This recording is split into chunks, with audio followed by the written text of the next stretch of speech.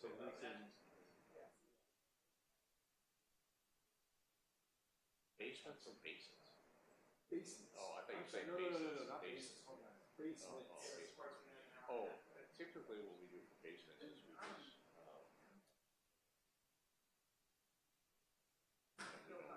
dig out the basement.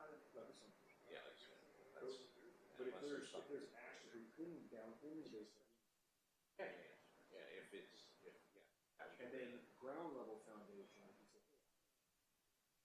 hey, my foundation. You go up, you take concrete slab foundation ground level, and then as it goes into the basement area, it's gonna. That's kind of how I visualize it. I thought you were saying basin. Don't worry, I'm not gonna go off on crazy things. Hey, Hey, this is yeah. Hey, sir, Brian Saucer. Pleasure to meet you. Yes, sir. Good to see you again. Good to see you. I'm hoping there's no confusion. We're not going to have the session. Till 12:30. Yeah. Okay. Yes, sir. Early bird catches the worm. I said early bird catches the worm. We just want to. Through the traffic. Well, traffic back is going to be more challenging. Getting out of here, I was on the way to beach, so I see all the traffic coming, west to east, and it's Oh, yeah. I got a bunch of markings on, so I'll probably do that. We just wanted to give you Well, no, coming down here, it's like City check. Sorry? I'm the city check. Trevor. Plus, we got Thanks for coming down. Yeah.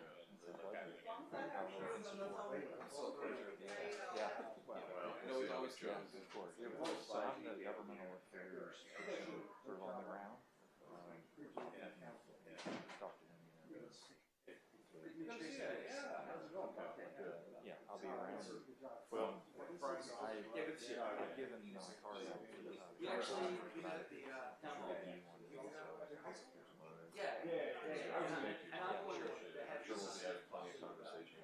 Oh, okay. just let me know how Is she gonna be able to get into the clean up? I appreciate that. Sorry, Just looking at how many get back to you. I did speak to houses or gave all the contacts stuff.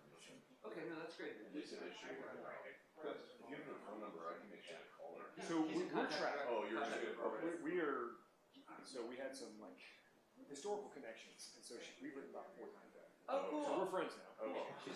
Which is great. She's very with it, very rational. Yeah, she's great. And so we flag her, and so we're going to monitor. When we see phase 1 complete, we'll make sure that she knows.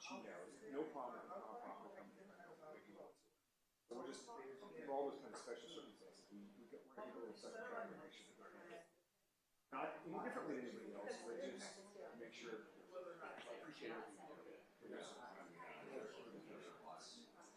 It's going to get a lot more. So right now, it's all preparatory work right now.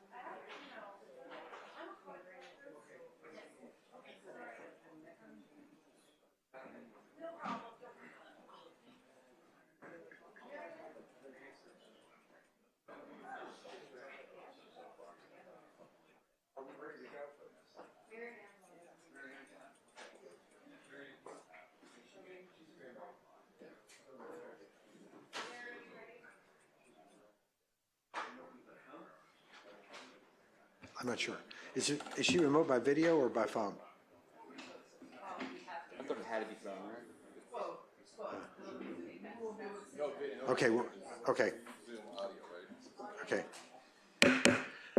All right, good morning, everybody. The February 3rd, 2025 special meeting of the Malibu City Council is now called to order. Please remember, public comment is only for items listed on the agenda.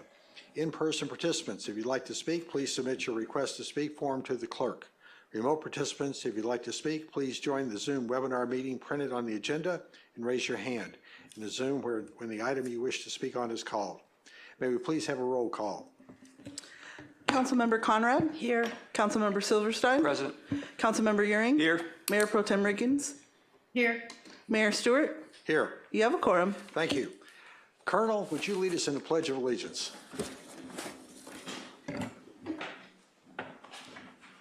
I pledge allegiance To the flag of the United The United States of States of America America and to the and to the republic republic for which it stands, one one nation, under God, under God, indivisible, indivisible, with with liberty and justice for and all. justice for all. I was expecting you to say two, by the numbers and two. Never mind. I just did it loud and just kicked off. All right, thank you. All right, may we please have a report on the posting of the agenda? The agenda for this meeting was properly posted on January 31st, 2025. All right, thank you. May we have a motion to approve the agenda? Motion to approve the agenda. Second. All right, I have a motion and a second. All in favor, say aye. Aye. Any opposed? Being none, it's approved. All right, we'll now recess to closed session to discuss items listed on the closed session agenda. We will return to open session for the closed session report and report item 1A to be heard at 12:30 p.m. Do we have to ask if there's public comment on the? Oh, do we have any public comment? Do we have any public comment on the closed session? There are no speaker cards and no raised hands on Zoom. All right, thank you. All right, we will now adjourn to closed session. Yeah, sorry you're all here. We're not going to be able to begin that till 12:30, so if you want to go get lunch or whatever, or coffee.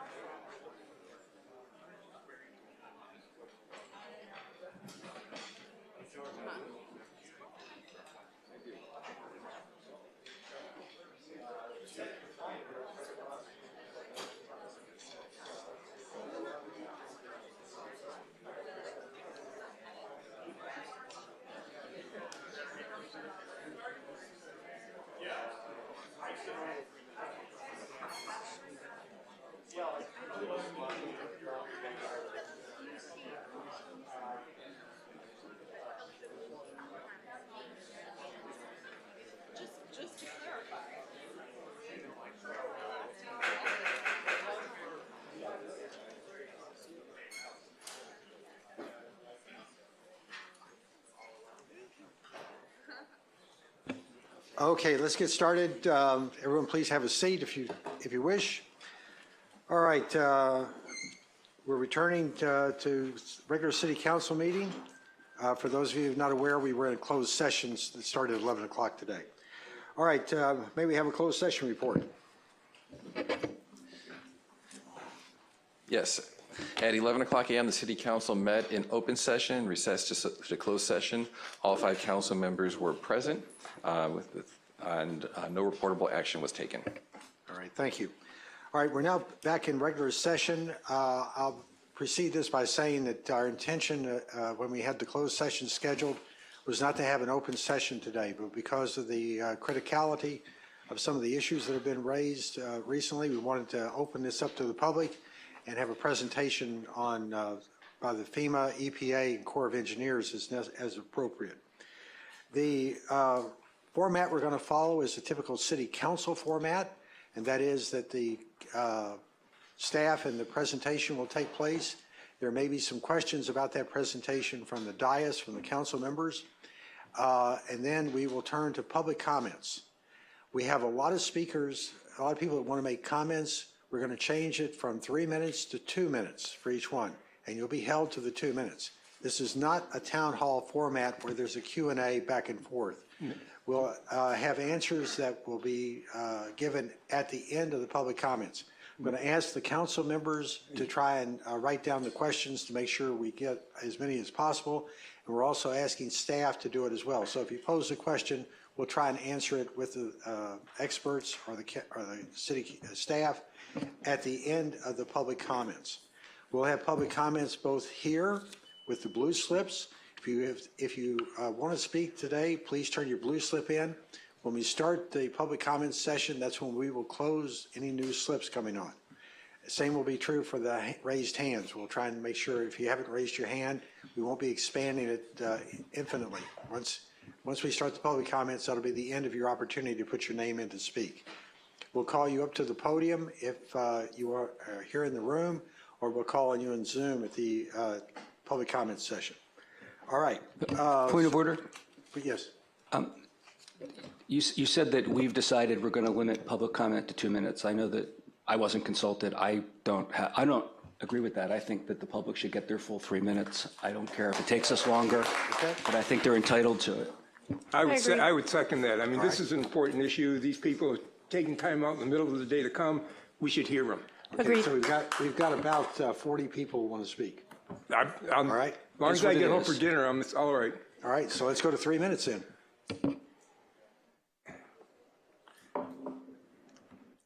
All right, and are we set for 3 minutes on that? All right. So let's now hear item 1A, Palisades Fire Phase 1 Household Hazardous Materials Removal. Let's start with the staff report. Do we have a staff report, or does it go directly to the presentation? Mr. Mayor, it'll go directly to the presentation. I'm happy to introduce Tara Fitzgerald. She'll be coming up to the podium. All right, thank you.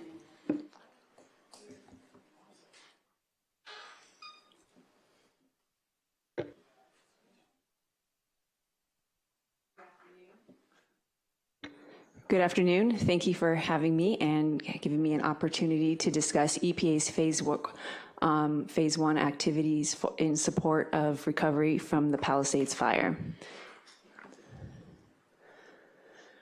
EPA has been tasked by FEMA to remove household hazardous materials from the burn footprints from residents that have been damaged by the Palisades fire. What Phase 1 does is it removes potentially dangerous everyday products such as paint, cleaners, solvent, oils, batteries, and pesticides from the burn footprint prior to debris removal, which is conducted during Phase 2. This is important for public safety, and it's also important to keep these items out of the landfill. So this is very similar to, I believe, the city of Malibu does household hazardous waste collection days here in the city, and has a temporary area where people can drop those off. These would be the types of items that you are not supposed to throw in the trash because they should not be placed in a municipal landfill. They need to be packaged and disposed of properly at permitted facilities. So the EPA will remove additionally all types of batteries from vehicles, homes, and other products. Will also remove visible asbestos and remove the risk of fire from in pressurized fuel cylinders. So we'll decommission the pressurized fuel cylinders in order to reduce the risk of any fire to residents or the workers coming in after us to conduct the Phase 2 activities. More recently, as more and more homes have electric vehicles and battery storage units, we have found that we are needing to remove lithium-ion batteries, larger lithium-ion batteries from homes. Again, these are the types of batteries that you have in your electric vehicles or for your power walls, battery storage systems for solar. The Palisades footprint, understandably, has quite a lot of these batteries, and it's especially necessary that these do not go to the landfill where they can pose a risk of fire to that landfill. It's also important for us to safely remove those for public safety and to reduce the risk to the workers coming in behind us for Phase 2 as well.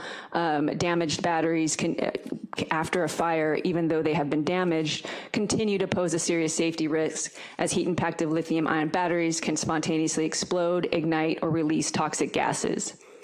When we collect these, we take these to temporary staging areas. These batteries are de-energized, disassembled, recycled, and disposed of safely without risk to the public. So, in order to do all of this work, we have teams who have responded as quickly as possible, as quickly as we have ever come to a fire-damaged area, to get out in the field and start our work, and at the request of local agencies, the state, and the federal government.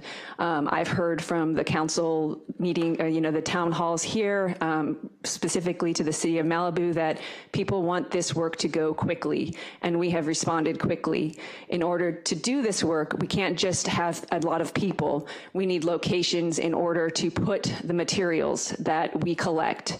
And these locations we call staging areas because they are for staging the materials for short-term temporary storage. We bring these materials here, we sort them and package them for final disposal, as I mentioned, to permitted facilities. They are not a location for long-term storage.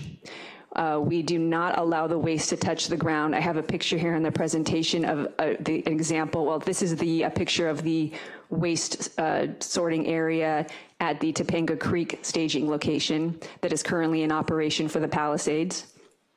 2 layers of thick, waterproof plastic and protective flooring are placed on the ground, and they are covered by a tent to which all waste are delivered.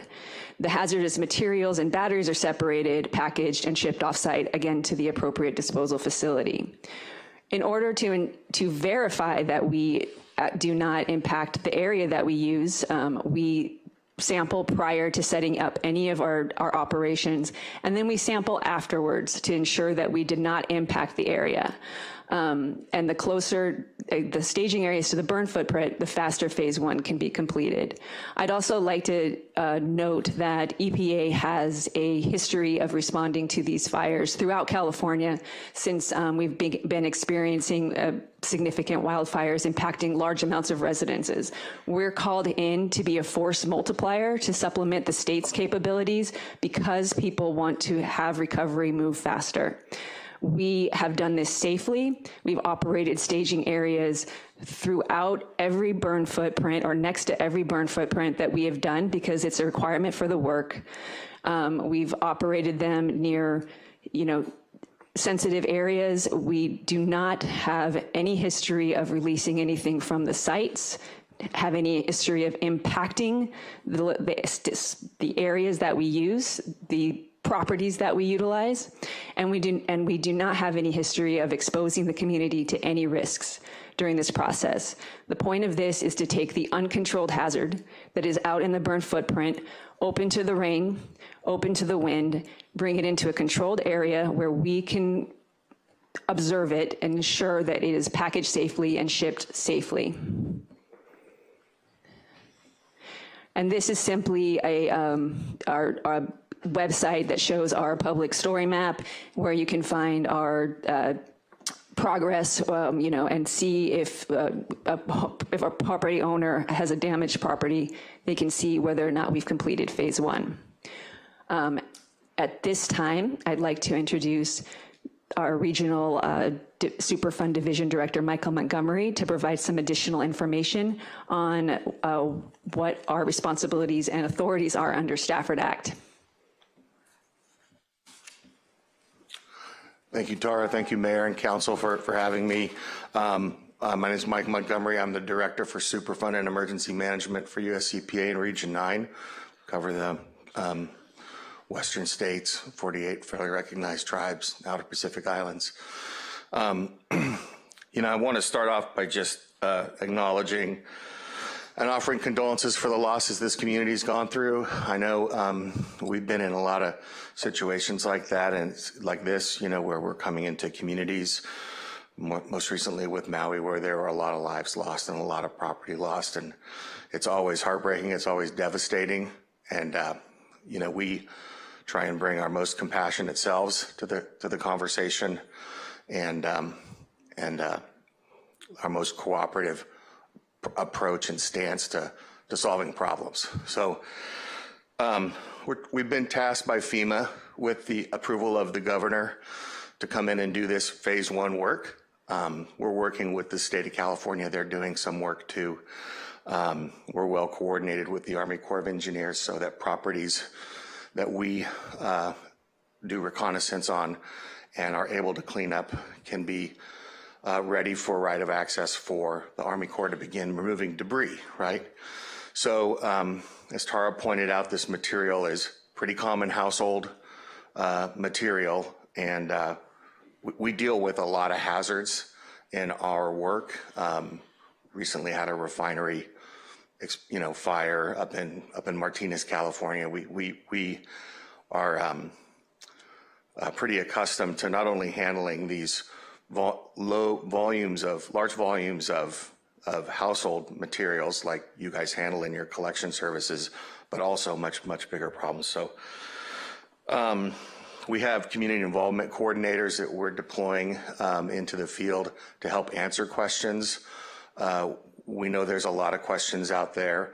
We've doubled up our staff of the community involvement staff. We were approached in the parking lot before we came here and shared information, and we're going to have community involvement coordinators work with some groups that somebody had identified. We were approached by a resident that was very anxious to know when his property would be cleared of hazardous materials, and we have a fairly effective public-facing website to track that. This is temporary. We're going to be here for a little bit, and we want to get the properties in Malibu cleaned up. We want to get, of course, the properties in Palisades cleaned up too. The coastal resources are really important. Having uncontrolled hazardous materials out there does pose a risk to the nearshore environment. We want to get that under control. And in order to do that, we need to have a place where we can bring this material for shipment, storage and shipment, safely handle it. So our goal is to get it out of the environment. Our mission is to protect human health and the environment. We need your support. We've got the state's direction. We've got direction, very clear direction from FEMA. And I want to thank the city manager for working with me. I called him last night. He called me right back. And I got him a letter just to send to help him understand how we work under the Stafford Act, how we work under the Superfund program, and laying out those authorities. And we're happy to sit down and talk about how we can use those authorities if the city is concerned about having an agreement with us or having some sort of a letter or some sort of a communication from us that provides the umbrella and the shield and lays out, what it is we're trying to do here, because we're willing to sit down with your lawyers and have our lawyers talk about what form that might take. So we're happy to do that, and really hoping that we can find a path forward in the near term. We're really on a 24 to 48 hour time frame to figure this problem out, given the number of crews we have in the field. So with that, I'm going to turn it over to Regional Administrator from FEMA, Bob Fenton. Thank you again for your time. And may I ask 2 questions before you finished? Go ahead. Okay. The first is, I'll qualify this by a statement. The agenda said that this was going to be a presentation about what's occurring at Topanga and PCH. I know from conversations that there's more to this than that. It's implicit in what you've been speaking about, but the public doesn't understand that or know that necessarily. One of the purposes of this presentation today, is it correct, is to inform the public about your desire to use what we call the Bell lot, the lot that's just to the below the City Hall here, that's covered in concrete by SCE. yeah. So that's when you say Yeah. we're looking for location, that's what you're referring to, right? Yeah. I'll be more direct in my ask. We really want the council to give direction to the city manager to allow us to move forward with property owners that are here adjacent to this civic center area. It's an ideal area. It's flat. It's open. We wouldn't require a lot of space, but we need sufficient space, as you saw in the picture, to safely handle materials. And we don't have large trucks. These are just large. They're like F-250s. They're not. We don't have a lot of. It's not like they're big, like the stuff you see on the freeway that are carrying hazardous materials. That's not what we use. But to answer your question, is we'd like you to give that direction to the city manager very soon, like in the next 24, 48 hours. So that we can begin to set up that area, and that we can begin to bring these materials from the 200 properties in Malibu that residents are waiting for us to move forward on to that location and ship them off. I appreciate that. I just wanted to make sure the public understood that that was part of what's going on here. It's not on the agenda, so I'll say that it's my understanding that we actually cannot give that direction at this meeting because this wasn't agendized for that purpose and the public was not informed of that purpose. So we would have to have a different meeting to discuss that, get public input, and then give that direction if we decided to do so. The second question I have for you is, you were introduced to someone who's going to explain the Stafford Act. You mentioned it, but I didn't hear any explanation of what it was or what it's about or how you use it. So are you going to provide that, or that was a misstatement that you were going to provide an Well, no, explanation? I think that the regional administrator can explain the Stafford Act. It's the law that creates the national response framework when there's a national disaster. Basically, FEMA speaks with the state makes decisions about who's going to serve certain essential functions in responding to that disaster. And that's probably a good transition point. As far as the procedural question, though, and I really do appreciate you asking that question because I realize now I was being a little bit opaque about what the need was.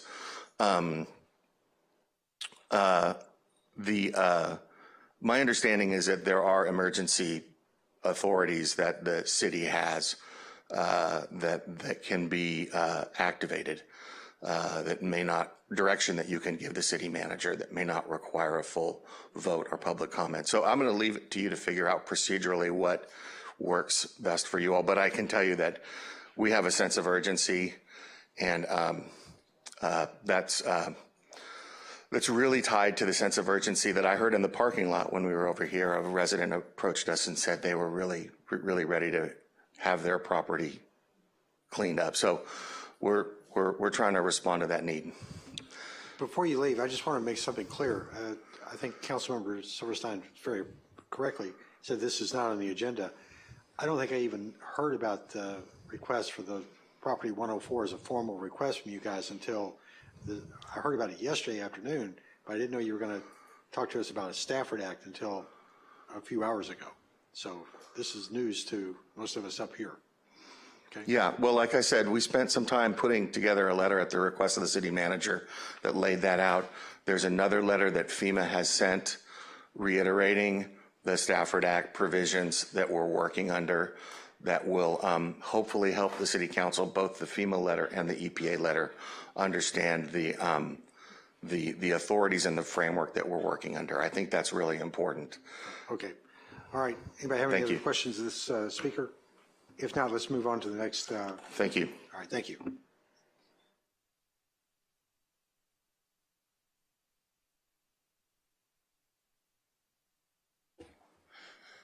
Good afternoon. I'm Bob Fenton, the FEMA Region 9 Regional Administrator, and have responsibilities for FEMA's support to states and local governments, not only in California, but most of the western United States and the Pacific.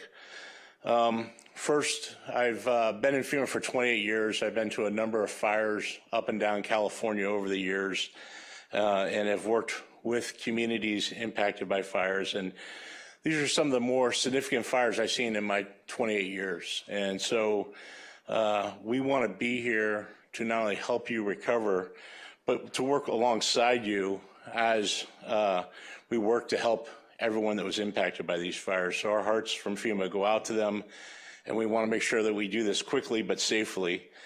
So one of the key things of the Stafford Act, and we'll go ahead and start with authorities and kind of where we're at right now. So we're in a situation where, one, we have authority to help individuals, and we're doing that through our programs and grants that are going out to them right now and helping with people with housing issues that don't have insurance or have gaps. The second thing we do is we're able to help state and local governments with things that are their public responsibility to do. So, for example, here, we've had a number of homes destroyed in Malibu. Because of that, the county has declared a public health threat because of the concern of those general household materials, the things we all buy at Home Depot or our grocery store or some paint store, and those things that we typically keep underneath our kitchen cabinet or maybe in our garage, those things that you guys collect, I think at City Hall every couple of months, right? And so it's recognized to go ahead and it's important. They're in an uncontrolled environment right now. I just drove up and down your coast and kind of saw the situation they're in. And the public health emergency expresses concern for them being in the current uncontrolled environment they're at right now.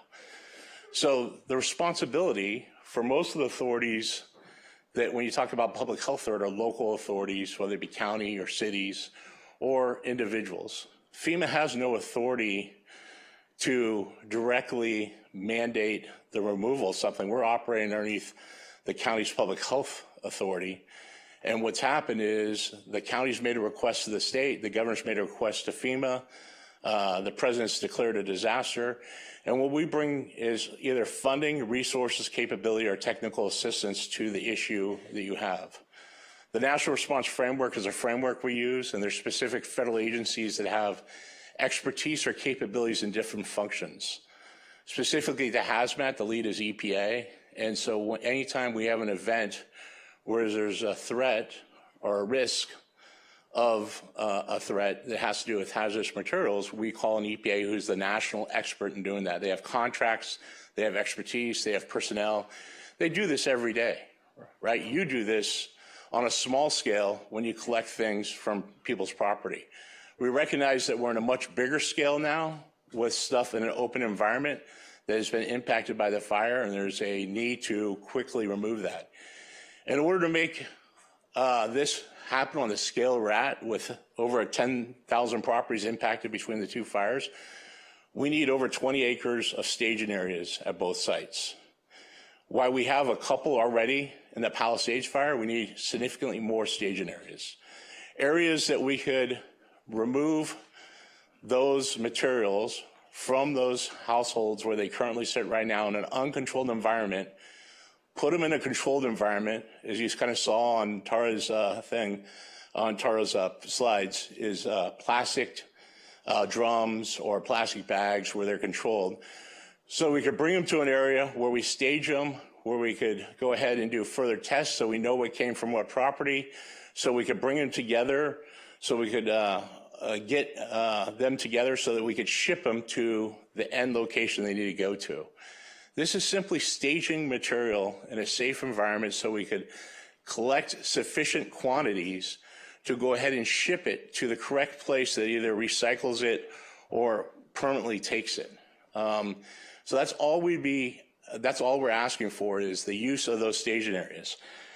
One of the things that I've seen over my time, in order for us to collectively respond to these big events, it's just not FEMA, it's just not EPA or the federal government, it's local government, state government, private sector, nonprofits, it's the community all working together to be able to accomplish these goals. We can't accomplish removing these hazards from these properties without your help, without everyone's help behind me. We have to do this together. These are risk-based decisions. The risk of it being in an open environment is far greater than any risk of using a staging area to temporarily put it out. You use your city hall as a staging area. I see it on your website, right? When you guys collect household hazardous materials. So we're not talking about a significant risk. We're taking multiple more steps to protect it, secure it, insulate it, to make sure that it doesn't cause any further risk. We want to get it out of the open environment at the request of the public health official for the county, at the request of the governor of the state of California. And I'm sure at your guys' request too, and I know at your constituents' request, because they want it off of their property. So then they could get to the next step, is removal of the debris and start the rebuilding if that's what they intend to do. So that's what we're here to do today, is to make sure that it's clearly understood what we're talking about when we talk about removal of household hazardous materials, that you understand that we need multiple sites throughout the Palisades fire. If we don't get those sites, then we got to move to the communities that will give us those sites. Okay? We got to move to the communities that are ready to move forward, because we need to move at a speed that we are able to, with sufficient crews we have here now. We have to be not only efficient, effective in how we're doing this. And if we have crews standing around because there's no place to stage it at, We got to move our crews to places where there are opportunities to stage materials at. So we're here to work with you today. We want to quickly move the material off of the houses that have been, unfortunately impacted by this massive fire. We know that if it was just one house, you would do this on your own. But because of the sheer magnitude, thousands of houses, we're stepping in to help. We're here to help. We're here to support you and support the individual homeowner that's been impacted by this fire. That's what we're here to do. Thank you.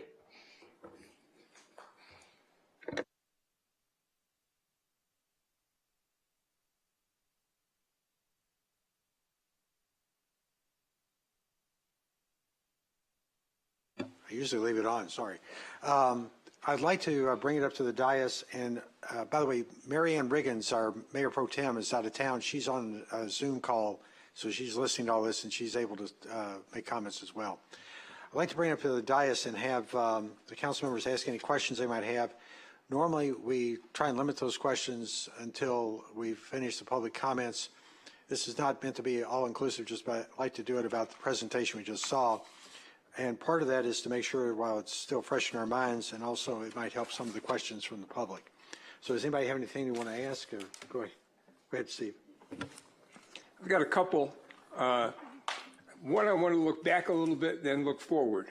And looking back, you have chosen the Topanga site to do a setup right now. My understanding was you made that decision on this January 21st. And I learned about it on January 28th. And I think I was consistent with the rest of the residents not knowing that was going to go on. And the other cities knew about it early because they worked by Friday of that first week. They had their position set up. They got a newspaper article written. So why didn't we know about that earlier?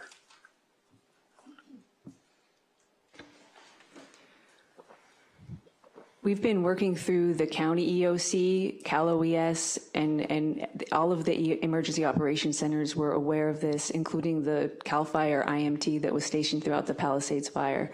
I'm not sure why the city of Malibu wasn't aware of this, but we certainly notified and worked with them extensively to find that location, which required us to clear debris from 3 parcels that had been impacted by the fire. That actually has delayed our ability to begin the HHM work, but we have continued to struggle to find locations that are where local agencies are supportive of our work, although we are expected to do it. No, I'm not arguing. I mean, it was just a surprise. Right. And it was a surprise not only to me, but to a lot of members of the community. Yeah. And, that is, in a serious situation like that, surprises are not particularly good to have, okay? Appreciate that. And, and there's a concern. I mean, I know you keep, you and FEMA, gentlemen from FEMA, talk about, you're doing this as safely as you can, and I don't argue with that. But remember, these guys doing the work are wearing hazmat suits, and they're not doing that as a fashion statement, all right? I mean, there's some serious stuff going on here, and I think part of what everybody's concerned about is to make sure that we clean up what we got to clean up, but we do so in a manner that doesn't minimizes any impact on the community. So that's sort of where I'm coming from. Agreed. Second question, looking forward, when you're going to haul this stuff out, unless with the Topanga site and what you got in the Palisades, what roads are you going to take to haul this material out to wherever it's got to go? Have you made that decision yet? Well, the Topanga Creek Canyon is off of PCH, so PCH would be utilized to send trucks from final disposal. PCH in which direction? That's going to depend on the disposal facility, but it could be either north or south. Okay, again. These are transport that happens daily. I mean, these materials are being transported daily on PCH prior to the fire impacted, the fire impacting the area. I mean, this is all permitted, by the DOT. It's being correctly shipped. I'm just trying to get, I've been asking this question now for a week and a half to try and get an answer. And this is the first time I've gotten an answer, so I appreciate having that. Mayor, I'll turn it back to you or to Doug or Bruce. I have some questions for sure. I certainly did not know about Topanga Lagoon. That was news to me. I don't know who you spoke to, but this is a complex issue, and I do appreciate the speed and rapid response that you guys are helping us, because we have. Thank you. Could you, how many homes do we have in Malibu that burned? Right, I don't know. We're still like, I want to know the direction of which 400. So we should be putting them in one direction? Yolanda's going to. Oh, thank you. Well, my question is also, once we get that answer. We have about 800 parcels affected, close to the 700 that is completely destroyed, or 50% is destroyed. Thank you. So you guys are proposing to take the debris from those neighborhoods and bring them back into Malibu, like central Malibu? The toxic. Yeah. So, because. Yeah, not all the debris. The debris is going to go to the landfill. We're talking about the household hazardous materials, the same thing that you would collect and bring to City Hall every couple of months. We're talking about those materials, removing those, hand-picking those out of those sites and bringing them to a staging area so they could be co-located with others and then shipped to a final location. Right. So you're going to go from one area of Malibu and handpick the debris, the household materials that have burnt. So they have a different. Cans, yeah. Right. They have a different composition once they burn. And then you're proposing to bring it back the in a opposite controlled way? environment. Of course. In a controlled Yeah. environment. And I do appreciate FEMA, and I know that you guys do a great job, but I'm just trying to get clarity here on. So you're going to propose in a controlled environment to bring it back into Malibu in an area that hasn't burned or been affected to sort it for an undisclosed Not amount. sort it. Not sort it? Yeah, we're not sorting Stage it. through it. We're staging it, and we're then putting it with like materials so it could be ultimately shipped to a place. Thank you. So we may test it, those kind of things, but they're not sorting through it or getting it out in the open or anything like that. And wouldn't it make sense then to take these materials and put it all in one direction, in the direction of where the Well, it cities depends have which way we're burned? going. We may go north or south. Well, that's what See we're the trying. stuff. That's what I think Steve was I asking. think it depends on where. I think where we need that information to make decisions to help support you It's probably guys. going to go both locations depending on what site we're using and the best way to get out with traffic patterns and all those kind of things. So we're probably going to go both ways. Are canyons on your radar? Are you trying to go through the canyons as well? Like I Las came down Virgenes? through the canyon today. It wasn't that bad. Oh, no, I know, but with these trucks, it's different with trucks. Yeah. Right? Like there's slopes and grades on Right. Canaan that you have to Sure. be careful with. And then Malibu Canyon has rock slides and it's very narrow. Those are all things we've worked through. Right, so once again, we are utilizing the stake bed trucks for the collection, which should have no issue with the roads, but we simply don't take them on roads that, are not safe. So when the material is packaged and processed and sent onto the larger trucks for disposal, the final disposal to permitted facilities, those trucks have to go on roads that are acceptable. These are commercial truck drivers that will have to utilize the appropriate routes. And that's why we're not able to state specifically, but, can they use these specific roads, but they will have to utilize PCH. There's no question about it. And it may be that they have to go north. It may be they have to go south, depending on the disposal facility. Which hasn't been decided? Or... It's going to depend, correct. It's going to depend on the types of materials and the amount of materials we obtain. But they're often, this is often, through the state, throughout other states, depending on the type of material. Would it be like a military base? Or like where does it end up? These would be permitted waste disposal facilities that are permitted to take the material, the type of material. Mm-hmm. And you guys have looked into other properties as well, like Will Rogers, or because there's a huge parking lot there. Not that I'm an advocate of putting it anywhere near the ocean. Gelson's, other places that have burnt, right? Yeah, that are directly. We're pursuing all options right now. Okay, thank you.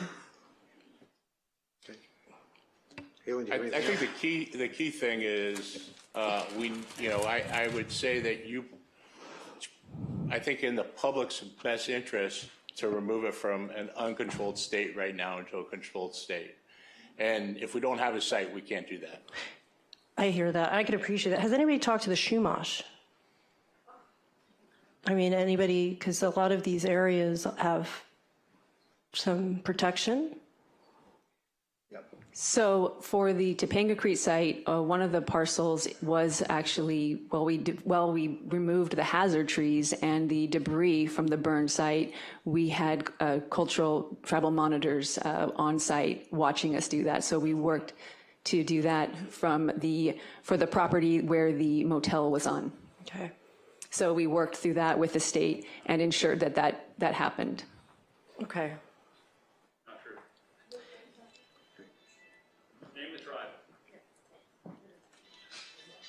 Okay, sorry, thanks. Okay, Bruce?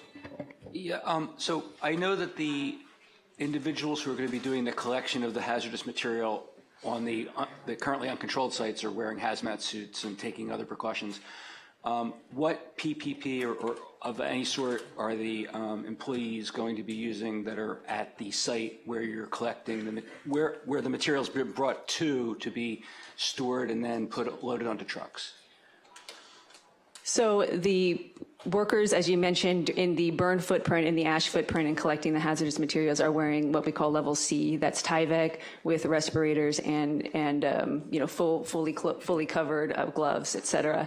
The staging area in general, we would see people, not wearing that specific PPE, with the exception of the area where the staging is happening, right when they're collecting it right off the truck and placing it into the additional storage areas. So the smaller containment area that we develop. So they will be wearing that until it is fully packaged. But that is the larger perimeter area. You'll see people, just like the drivers who are driving the materials, would be in what we call level D, hard hat, safety vest, boots, not requiring respirators. So in the portion of the staging area where the employees will be wearing the fuller protective clothing that you just described, why are they wearing that if there's no hazard that's going to be at the protected site, at the sorting site? Well, it's simply to reduce risk to them. And the way that we do that is also we have, for the community, we have perimeter air monitoring, which we conduct in order to ensure nothing's moving off of the site.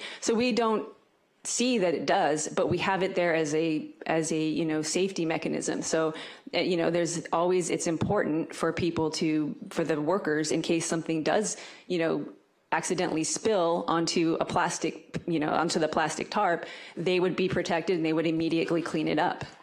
But it's precautionary. So you can't say that there's no Same thing as hazard or environmental danger at the staging site, correct? Excuse me.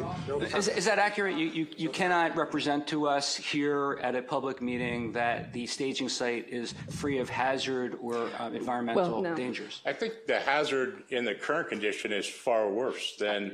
I understand. And so this is, we're talking about risk, right? And you're talking about leaving it in an uncontrolled state right now where it's going to do far greater damage than the very minimal potential risk of something that happened that's in a plastic drum, that if it fell off a truck or something like that, which would be mitigated right away because it's protected with plastic underneath with people in the right equipment.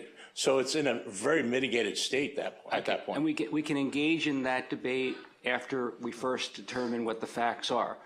Facts come first, then the analysis. Right. So I'm just trying to find out whether you are able to represent to the public that there's no environmental hazard whatsoever within the staging site, that it's simply the same thing, as you say, as when City Hall collects people bringing their aerosol cans and empty liquid plumber to be disposed of.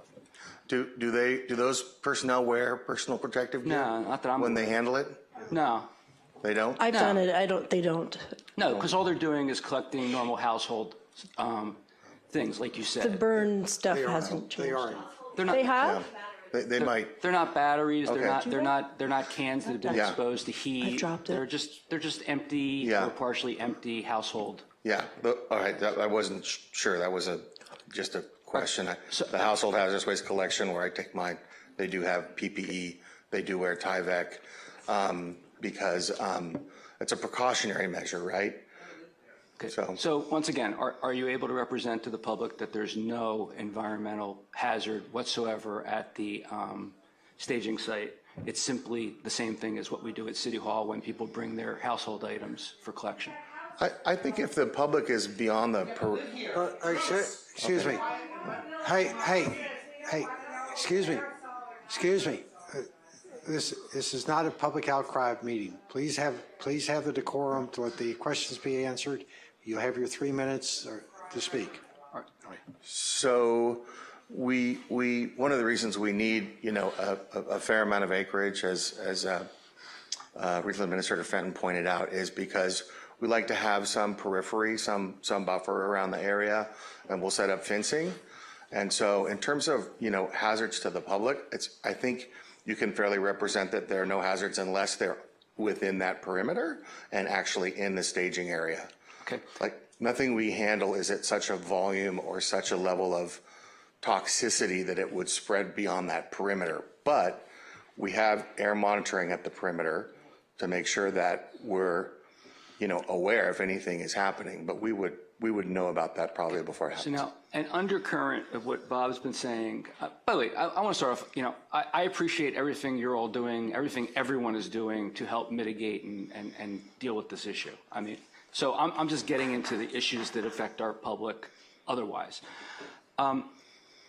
An undercurrent, Bob, of your presentation, I think, is that if the city doesn't authorize the use of the specific site that you're asking, you won't do the cleanup here. Is that an accurate statement, or are there other alternatives? Until we get a site, we don't have the ability to collect and move it anywhere. I mean, we're kind of stuck with that right now. We are getting other sites and we're moving stuff in other areas, but it would impact our ability to move stuff from Malibu if we didn't have a site here. Okay, but will it simply be a matter of additional time, or are you saying that it won't be done here if we don't give you that site?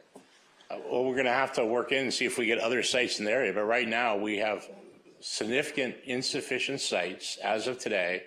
We have crews here that are going to breach the capacity of the sites we do have, and we're going to have to stop, and that means we'll shift them to areas where that capacity exists, and that means probably to the Eaton Fire and other areas outside of this area, until we are able to get sufficient capacity to stage stuff. So yeah, it's going to impact our ability to remove those hazards. They will be left in an uncontrolled state for a longer period of time because we do not have a place to stage it.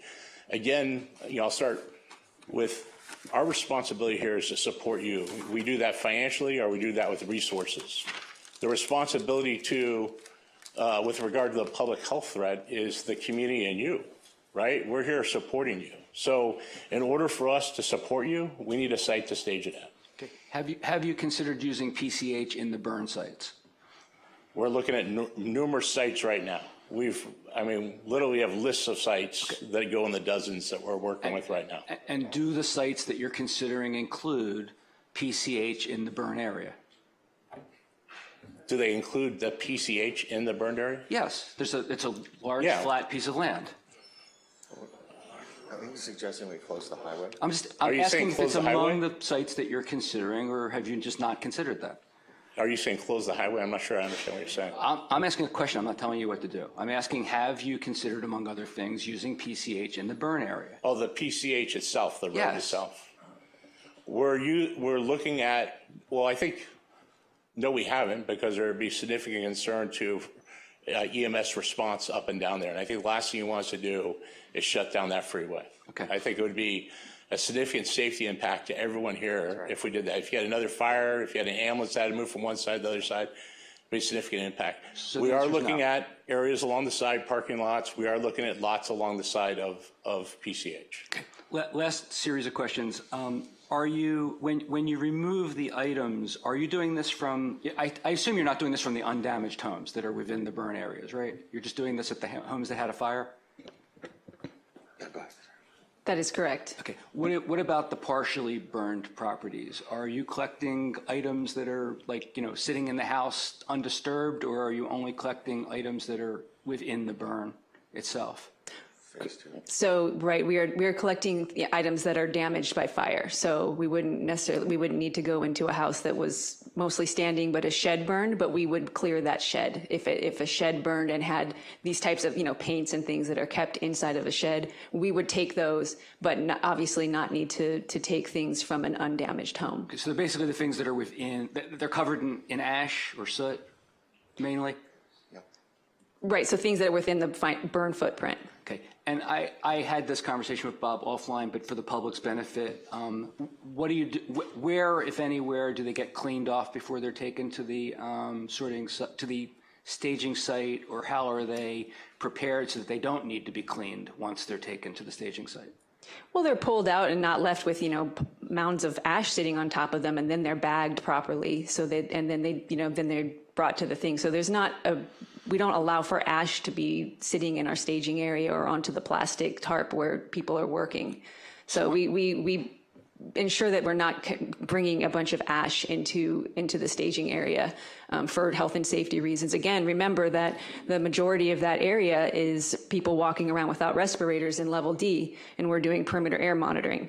Okay, so they're placed in these barrels at the collection site, and that they don't come out of them once they get to the staging site. They stay in the barrel until they're loaded onto a truck? Some will have to be bulked with other like items, but they should not be being brought in with ash, significant amount of ash on them.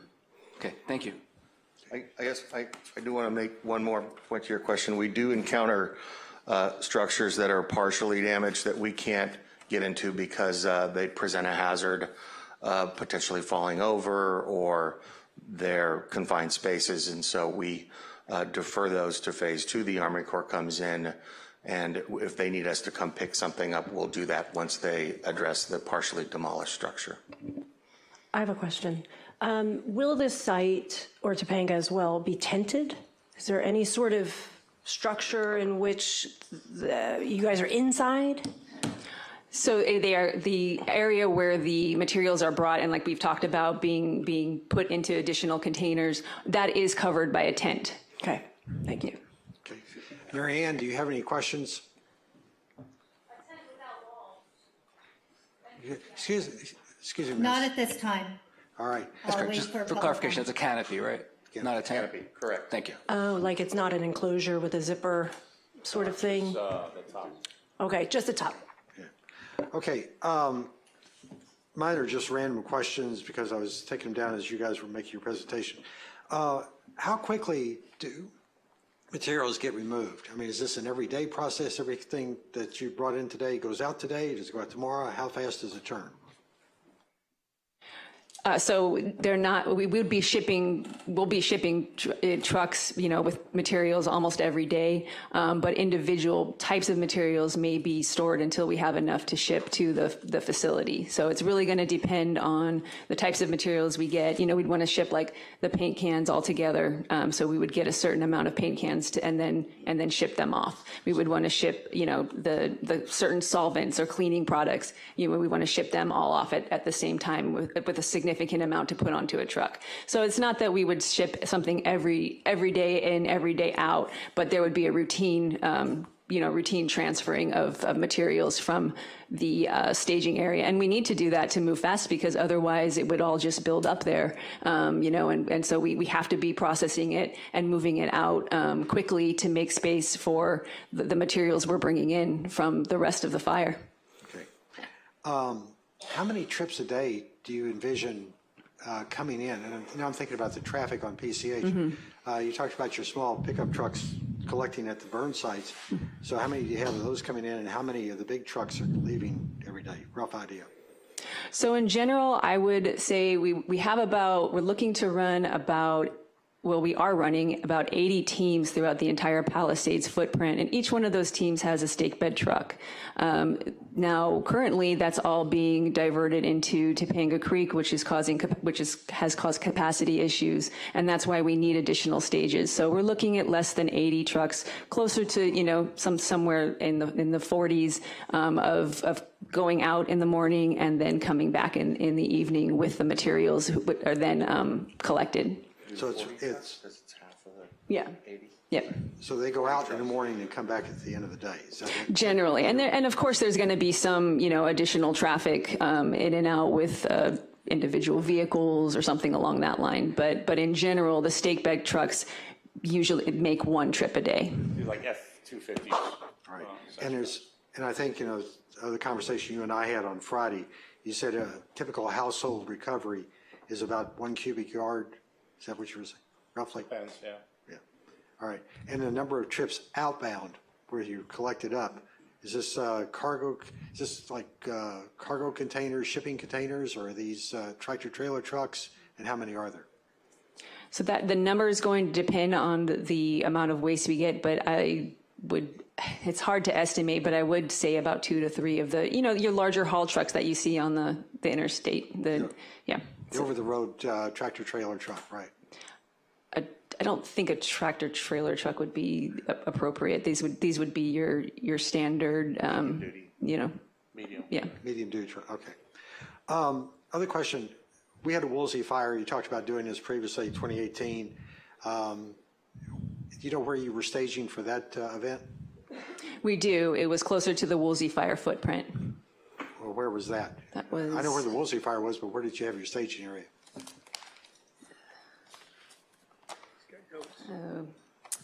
Was the Gillette Ranch. Okay, that's over off Mulholland Highway. All right. Brings up an interesting question. Why isn't the Gillette Ranch one of your picks now? Well, that was chosen based on its proximity to the Woolsey fire, and the Palisades fire has impacted here in Malibu. It's appropriate for us to have a staging area that's close to the impacted area to be efficient and to be able to minimize the amount of trucks, driving on the road, not being part of the collection process. Okay, so here comes the whammy, so to speak. We've got 700, 800 locations in Malibu. There's 6,000 plus outside of Malibu. Why are we getting the site at Topanga Ranch and then this one that you dropped on the table last night and this morning? Why are we getting that? Where's the Palisade stuff going, and why aren't you there? Well, I think Bob answered that question earlier, that we need more space. We need space here. We need space down there. Our Topanga Creek staging area, it just won't be able to do the capacity at the speed at which we've been asked by local government to work. So So we are, and I appreciate the tip on the Gillen. We're on that one. We're on a number of other ones. There's some state property up there. There's actually property that's federally owned that we're looking at in the area.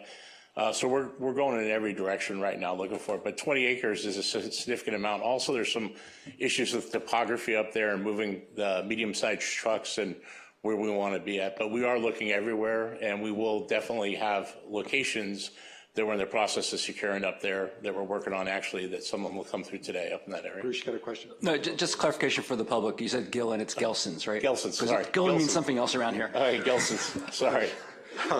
I hadn't thought about that. You're right. And so I'm clear, Topanga's being staged for the Palisades fire. So you guys are going into Palisades, taking all of that debris and then backtracking it into an environmentally sensitive area? Because there's, Debris. Okay, not the debris, the toxic waste. Not toxic.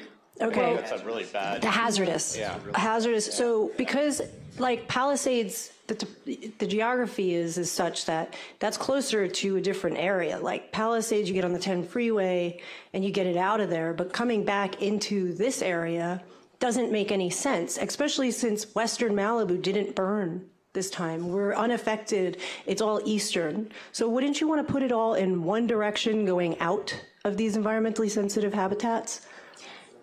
No, to be clear, you mentioned that Topanga Creek is an environmentally sensitive habitat, so our work actually, that is in the burn zone. We cleared the ash and debris from the perimeter, which is now not able to move into Topanga Creek in order to do our work. So we've actually mitigated more of the hazard by creating the staging area than was going to be left there and await phase 2 debris removal. So we did that work in order to be able to do that. But it did delay, and having to clear debris and not utilize a site that is already, essentially prepared, that makes us go slower. We have to take the time to do that, and then we are not collecting anything at that location. So again, that staging area was 5 days. It was fully operational 5 days after we were fully operational in Eaton. Excuse me. Well, that sounds nice. It is, a burn site, so you would have had to clean that area anyway. And I understand. I mean, you were staging there. So we're what? not cleaning debris from private property. It's a private property. I mean, for commercial businesses, it's a commercial business's responsibility to remove it. We've had no requests to remove that at this point. Maybe the state would be if it's state park, but we're not. We're doing private property debris removal only at this point. All right, Bruce, do you have another question? I know we're starting to bleed a little into comment, but it's actually a question. So, and it was raised by Doug's comment as well as something Helen said. The Palisades has a lot of flat property within it where you could easily be taking the hazardous material that's in the Palisades too, without going very far at all. In fact, to bring it to Topanga and PCH is actually leaving Palisades for the most part, where the houses mainly burned, and coming a somewhat of a distance. Where Malibu burned is actually very close to Topanga and PCH. So what it sounds to me like you're doing, and tell me if I'm wrong, is you're carting the Palisades hazardous materials out of the Palisades down to the highway in the area that you currently have staged, and you're not moving the Malibu stuff in that direction, which is even closer. Instead, you're looking for another site in Malibu in order to facilitate your ability to clear the Palisades at the Topanga site. Is that an accurate statement? I think we said we have multiple locations up in the Palisades that we're looking at. But as of right now, what you're doing is you're using the site closest to the burned homes in Malibu. There's one site right now. As of right now, you're using that site to clear the Palisades and not to clear Malibu. Is that accurate? I think we're doing both right now. We have teams out in both areas right now. Okay. All right. All right. So the other point is that right? I understand that you're trying to accomplish this in 30 days, which is it's a grand effort. And I understand everybody wants this done sooner than later, and it's normally a multi-month process. Wouldn't it be better to clear some sites, take 1 week, and delay your 30 days to 40 days, and not have to take months, but have ample sites that are currently in the burn areas in which you can do this work? Yeah, I think it goes back to the risks that you run. These are risk-based decisions of the risk of it being in an open environment where it is right now, that it has the ability to affect the environment to get into other areas versus the ability to move it very quickly and move it into a safe, controlled environment. And so, I mean, I think from a risk standpoint, the risk is significant right now. The risk is very minimal once you get into a controlled environment. So what I'm hearing you say is leave it in an uncontrolled environment for a longer period of time versus putting it in a controlled environment in a shorter period of time. And I would say that in our experiences, you want to move it out of an uncontrolled environment as fast as you can. That would be our best, expert, feedback, technical assistance to anyone is to move it out of the uncontrolled environment as soon as you can. Okay. Thank you. All right. One last question. And by the way, I want to preface this by saying, when we have a fire, we call the fire department. When we have an environmental issue, we call the EPA. I understand it. You guys are the experts in this business throughout the country, and we appreciate that very much. And I want you to know that we're sitting here trying to look at worst, best options. And you're not, and we appreciate you trying to work with us on it. This is very sensitive to our community. The city of Malibu, if you go back to when it was founded, environmentally concerned 100%. And we want to make sure that it's not only protecting our homes and our neighbors, but also the environment we live in. That's the reason why Malibu is Malibu. So I I know you appreciate what we're doing here, but at the same time, we got to know how bad the risks are that we're assuming, and any cooperation or anything we support you to do. And I fully understand getting this hazardous materials and the eventual debris out of here is the right thing to do. We just want to make sure we're doing it the best to keep the Malibu that we have now. And I want to pose a question to you. The Bell lot over here, this white concrete area that you've brought up to us today, it sits next to, it is within a quarter of a mile of 2 elementary schools and probably 150 or more residences. How do we justify putting that, not in a burn area, but right next to people where they live and the kids, and not to mention the shopping centers and the retail stores that are around here? Why is that the best risk idea to have? How do we justify that? You go. Yeah, who wants that one? So the justification is simply that we have done this work routinely with no risks outside of our perimeter, much less a quarter mile. So a quarter mile for the type of work that we are doing, we do not consider there to be a risk to elementary schools that are a quarter mile away, to residences that are a quarter mile away.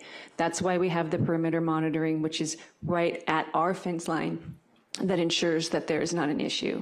But we have our safe practices inside that perimeter, inside the staging area, that ensure that nothing is released to the environment outside of that perimeter line. That's why, as Bob mentioned, we have the buffer. That's why we have the perimeter air monitoring. So when I understand the concern, particularly about schools and residents, and I know, I'm a resident of California. I know the impact of the smoke that has happened here, that people feel, concerned about that impact that has already happened. What we are trying to do by creating these staging areas is to stop that risk from getting into waterways and from being blown around and bringing it into a controlled environment where there's not a risk a quarter mile away. And that I'm happy to state. Okay. All right, thank you. All right, if there's no other questions from the council, Halen? Do you have something? No, I'm good. All right. We're going to go to public comments. I'd like to set some ground rules on this. First off, this is not the town. Just appreciate being able to come up and speak with you on short notice and your guys' discussion over the weekend. Thank you. Don't run away, guys. We're going to go have a seat. There's going to be questions. And by the way, we've asked the experts here to make sure that they're available after this meeting is over, so you can have one-on-ones with them if you have some more questions. But the ground rules for the day is, yes, you've got 3 minutes. We'd appreciate it if you didn't take the full 3 minutes. We'd also ask you to not duplicate other questions or other comments other people have made, just in the spirit of trying to get through this before, as Councilman Ewing said, before dinner. But more than that, we want to make sure we circle back and make sure we get everybody's comments in a timely manner. As far as decorum goes, please, this is not a two-way conversation from the audience. Please, no clapping, no cheering, no booing. This is meant to be a open meeting with people being free to make the comments they want to make and not feel like there's any negative sides to it or positive sides either. With that, we start off with the slips that are turned in. If there's no other slips, the slips are closed. And I'll start going down the list here. We'll call your name and the person is going to follow, so please be ready to come up. First one is Marnie Kamens, followed by Jeremy Fink. Hi, Marnie Kamens. I'm super nervous or I'm super mad, I'm not sure, so I'm like, need to calm for a second. But I get the sense of urgency that these guys have. I don't have any bad feelings towards the EPA and all that they want to do and clean up. I am a mom. I have a child that goes to a school less than a quarter of a mile away from this proposed site. 3 times a week, we have a group called Run Groms. We usually run from school to Legacy Park, around Legacy Park and back. These are kids from TK to 5th grade. So we're not going to be wearing Tyvek suits or respirator masks. This is, really vulnerable population. And there are two schools there. There's OLM and there's Webster, not to mention an entire college of 12,000 people at Pepperdine, just up the road, that also jogs and runs and uses Legacy Park because it's really the only place to run around here. There's also there's the library, there's the Santa Monica College, there's businesses. I understand the sense of urgency in wanting to get this done fast, and I hate to tell everybody this, but it's going to be a long process. You guys aren't going to get your homes rebuilt fast, and if we take an extra week to find a different staging site, it's going to save all the people that live right here and all the businesses that do business. People aren't going to want to come visit Malibu to see the hazardous waste site that's right in the middle of our area. These are people, we voted for wooden forks that give you splinters in your lips. We have communist straws. There's no spray-on sunscreen allowed at the beach. And your guys are going to say this is fine to put hazardous waste, that these guys are in charge. These guys that just spoke, those are the guys in charge. So we're trusting their judgment, which I'm not saying is poor judgment, but I'm saying mistakes could be made. Is that a risk that we want to take? They already had questions that they couldn't answer to you. That they asked, why wasn't the city of Malibu informed earlier? Oh, we don't know. I'm trying not to say profanities here, but we don't know. So there's already been mistakes. I heard several things where they already didn't know. They already didn't have answers, and they already had made sort of like miscalculations of judgment. And these people are ensuring us that our children are going to be safe. And they will be safe while they're here. But in 10 years, when my child or somebody else's 5-year-old is 25 and has blood cancer from running around that, who are the parents going to call? They're going to be at the hospital and there's nobody to answer. They're just going to have their own tragedy. And this is on us to decide, is that okay? There are so many other points I want to make, but whatever, I'm done. Thank you. All right, Jeremy Fink, followed by Carolyn Day. Hi. I also have a young child that goes to school 0.08 miles from this proposed site. We live 0.08 miles actually at our home the other direction from the site. Malibu population consists of not a lot of young people, but our family is one of the younger people here. I would say if we allow Bell Canyon to become a hazardous waste dump, even a temporary waste dump, it's either deliberate indifference by Malibu or it's kind of a cost-benefit analysis. Who's going to get sick? And yeah, we're not so many. There's very few young people here, very few children here that 20 years down the line might get something. As far as the EPA and no history of risk, and by the way, this is not cleaning out dad's garage with some old batteries lying around. This is a serious hazardous waste removal project. As far as EPA's history, you have Love Canal, where my ex-wife actually's family comes from there. That was a population of 900. Everybody is sick. Libby, Montana, 2,600 population. Time Beach, Michigan, 2,000 population. And then the New Jersey Superfund sites, which are various. So the EPA does what the EPA does. They do a good job at cleaning up these disaster sites, except people are inadvertently exposed. And there's nobody can promise that they're not going to be. And I do resent comparing this to like cleaning out some old Drano, as somebody said. This is not fucking Drano. There's no realistic testing solution. They have testing, but it's not realistic because, as in all of these examples I've listed, which you can look up in your own, I only have a minute here, but in these examples, the way that you figure out there's a health risk is when people start getting sick. And because there's so few of us here, we're nothing. We don't matter at all. By the time any of us get sick, either we'll be dead or our children will be gone and moved. So that's a few sick kids, and it will be a blip on a radar. That's all I have to say. Thank you. Carolyn Day is up next, and then Valerie Solarinsky. Hi. It's my understanding that I have 6 minutes because somebody gave me their remaining minutes. My name is No, Carolyn Day. I don't have a second slip for that. I handed one. Need three It's more from slips. Lindsay Rivera. We don't have them here. Please, let's just do 3 minutes, please. Hi, my name is Carolyn Day. I'm a resident of LA County in Topanga Canyon, and I come to the town council as a friendly neighbor to sound the alarm. The EPA makes it sound as though they have much experience with this, but this is a quote from their deputy incident commander for EPA Region 9. It's probably going to be the biggest lithium-ion battery removal activity that's taking place in this country, if not the world. That's not little bottles of Drano.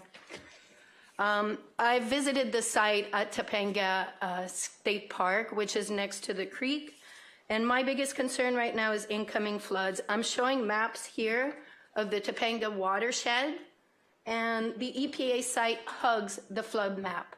What I saw between the EPA site and Topanga Canyon, everything has burnt.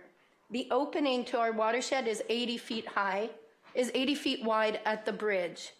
The bridge is where it historically floods. We have 5 historical floods that have happened there at that bridge where the site is located. The site is located at ground level. This is a natural disaster, not a natural. This is an environmental disaster waiting to happen. I'm showing you the LA Public Works flood map.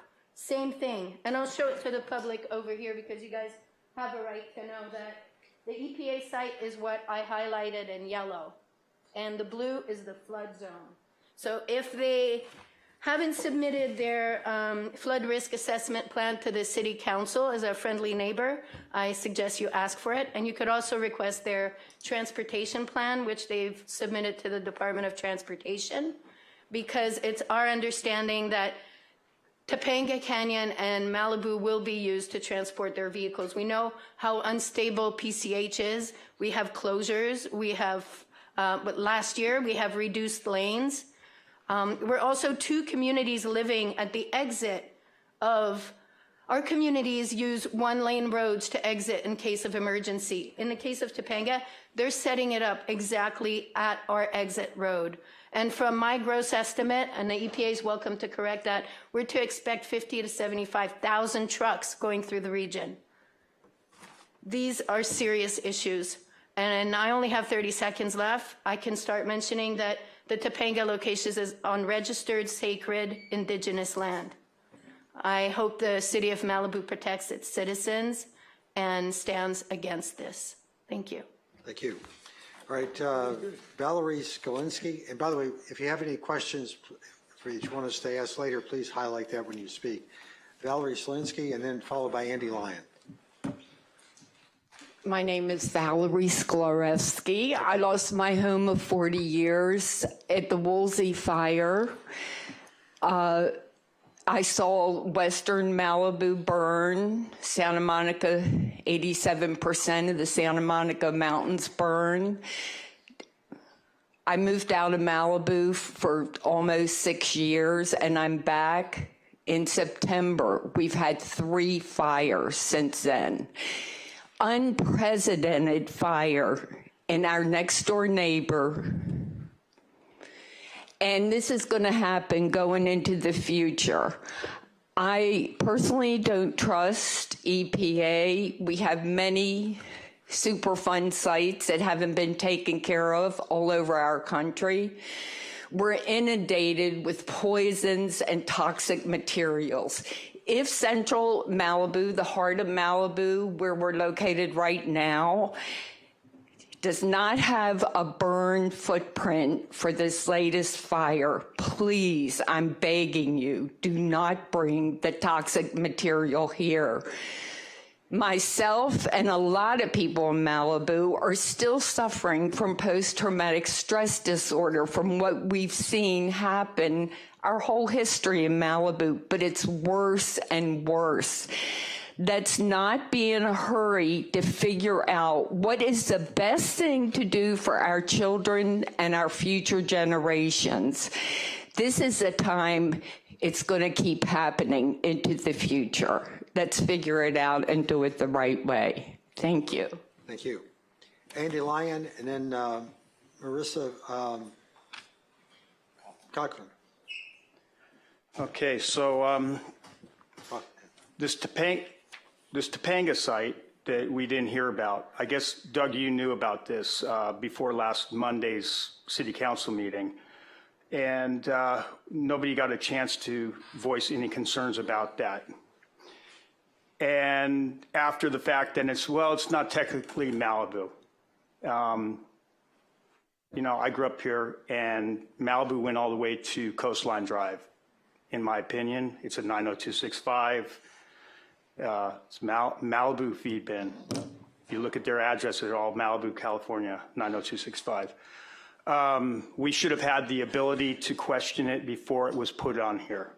And now we're here, and anybody with a concern about having it right in the center of town is going to be wedged between delaying somebody getting their house rebuilt or our health and the health of the city in general.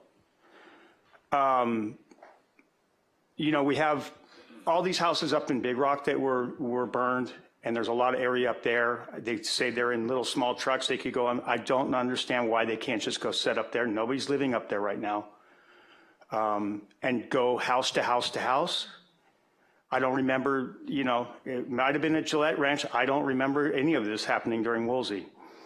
I think that, you know, not having an answer of where it's going to go, which direction it's going to go, that's a problem too. And just to rush into this and then saying, well, we probably won't need all of it, but we need all these spaces. It's like, which is it? Do you need the whole lot? But you don't really need it.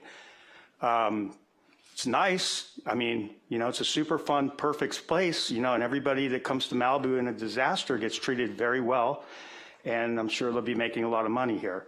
But I feel badly for everybody that, you know, all sides of Malibu, east to west. It's going to be east to west. It's going to be this thing again, and it always happens. This town gets ripped apart on what side you sit on something. And I think that at this point, it's a step back because really the delay is going to be in the planning department.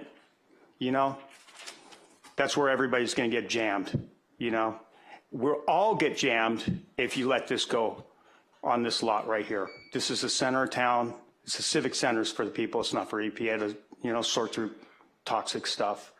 That's just my opinion. Now, if they said they wanted to level the Legacy Park, then I'd be like, maybe, but no. Anyways, I'm asking, you know, I'm thankful that you can't make a decision today is what I'm hearing.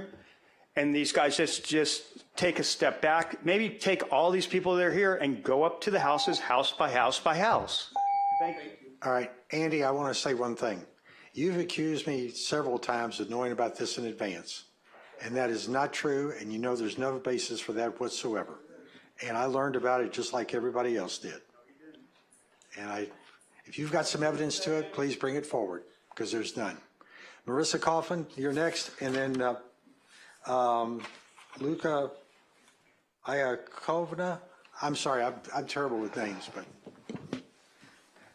Hello, members of the council. My point is I'm less concerned with the discussion you've been having, but my concern is with the health of the people who will move back and or new occupants of the properties. There, in the Woolsey fire, I'd worked on 14 projects, and there was the opt-ins had supposed hazmat testing and debris removal, and there was none. After the people that opted out and did it privately had to submit to the county the hazmat reports, the locations of the pickups, the studies, the debris removal plans, the 1403s for air quality management district, et cetera, et cetera. On the ones that opt in, they think because it's free or cheaper or less that it's better done. It's not done in a better way. After one of the sites after the Woolsey fire that opted in that I handled, we went back, the house was designed, went through plan check, was approved, and I suggested we test the soil one more time. They had to take 1.5 feet of soil out of there. and they had to redesign the foundation and structural on the house. I'm not sure, as far as the trucks are concerned, I'm not getting confirmation that they're going to be burrito wrapped and tarped. In Woolsey, they were not. I actually was driven off the road by one of the trucks going about 60 with all the debris hitting my car, then got a ticket from a highway patrolman, went to court. I won because they can tell how fast you're going with digital cars nowadays. The landfills we're not being told for people opting out where the landfills are.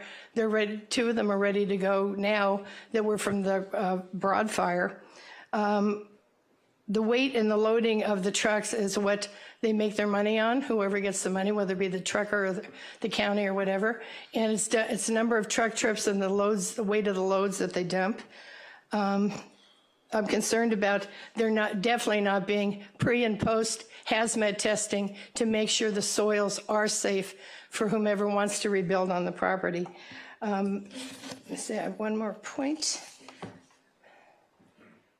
Oh, yes, the drainage. Also, too, there's nothing being discussed about when the debris removal is done, how the drainage is being affected, and how, if any of the, Caltrans already has trouble with their drains, but how this is being handled in the debris removal and post-debris removal, because that'll all be run off into the ocean, and I'm concerned about the current impacts on the water. Thank you. Thank you. Luca, Kovanoa, you're going to have to help me with that.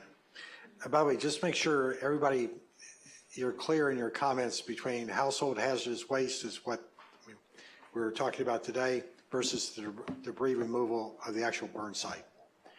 Right, so my question is actually more addressed towards the debris removal after the phase 1, but it's kind of overlapping, on one overlaps the other. There's been information in general that's kind of vague for both topics, and the City of Malibu website and the county website mention different procedures for opting in, opting out. It would be just as a professional working 20 years here in Malibu, I'm consulting with a big number of people who need to rebuild, and their biggest concern is we want to get it in fast as soon as possible, but also we need to have a clear path to know how that happens, and we don't want to miss out into opportunities that we might be giving up by opting in or opting out in one or the other options. Specifically, until yesterday, some information stated that once the phase 1 EPA cleanup is finished, is done, the Army Corps would come on the lot and then evaluate the situation. And if the owner has opted in for the removal of the foundations, there would be a consultation amongst various entities, including the city, I guess, and then the owner would be called up and consulted ultimately before the removal or not of the foundations. Calling the number that's been given from the county and speaking to a supervisor there, it was actually that's not what was stated. The language says a little bit vaguely that there's going to be some consultation with the city, I guess, but not with the owners of the property, and that kind of leads to a lot of a subsequent number of problems. If someone wants to have a private investigation done on whether there's hazardous material on the floor or not, or if they want to call in an engineer to evaluate their foundation, there needs to be knowledge of whether that's possible, if there's a time in between the two, et cetera, et cetera. Many people think that, or hope that they can reuse at least partially their foundations. Whether that's possible or not, I think should be an option left up to them, and not have them feel like they're imposed either one or the other way. Thank you. Thank you. Jefferson Wagner is up next, and then Stephanie Martin.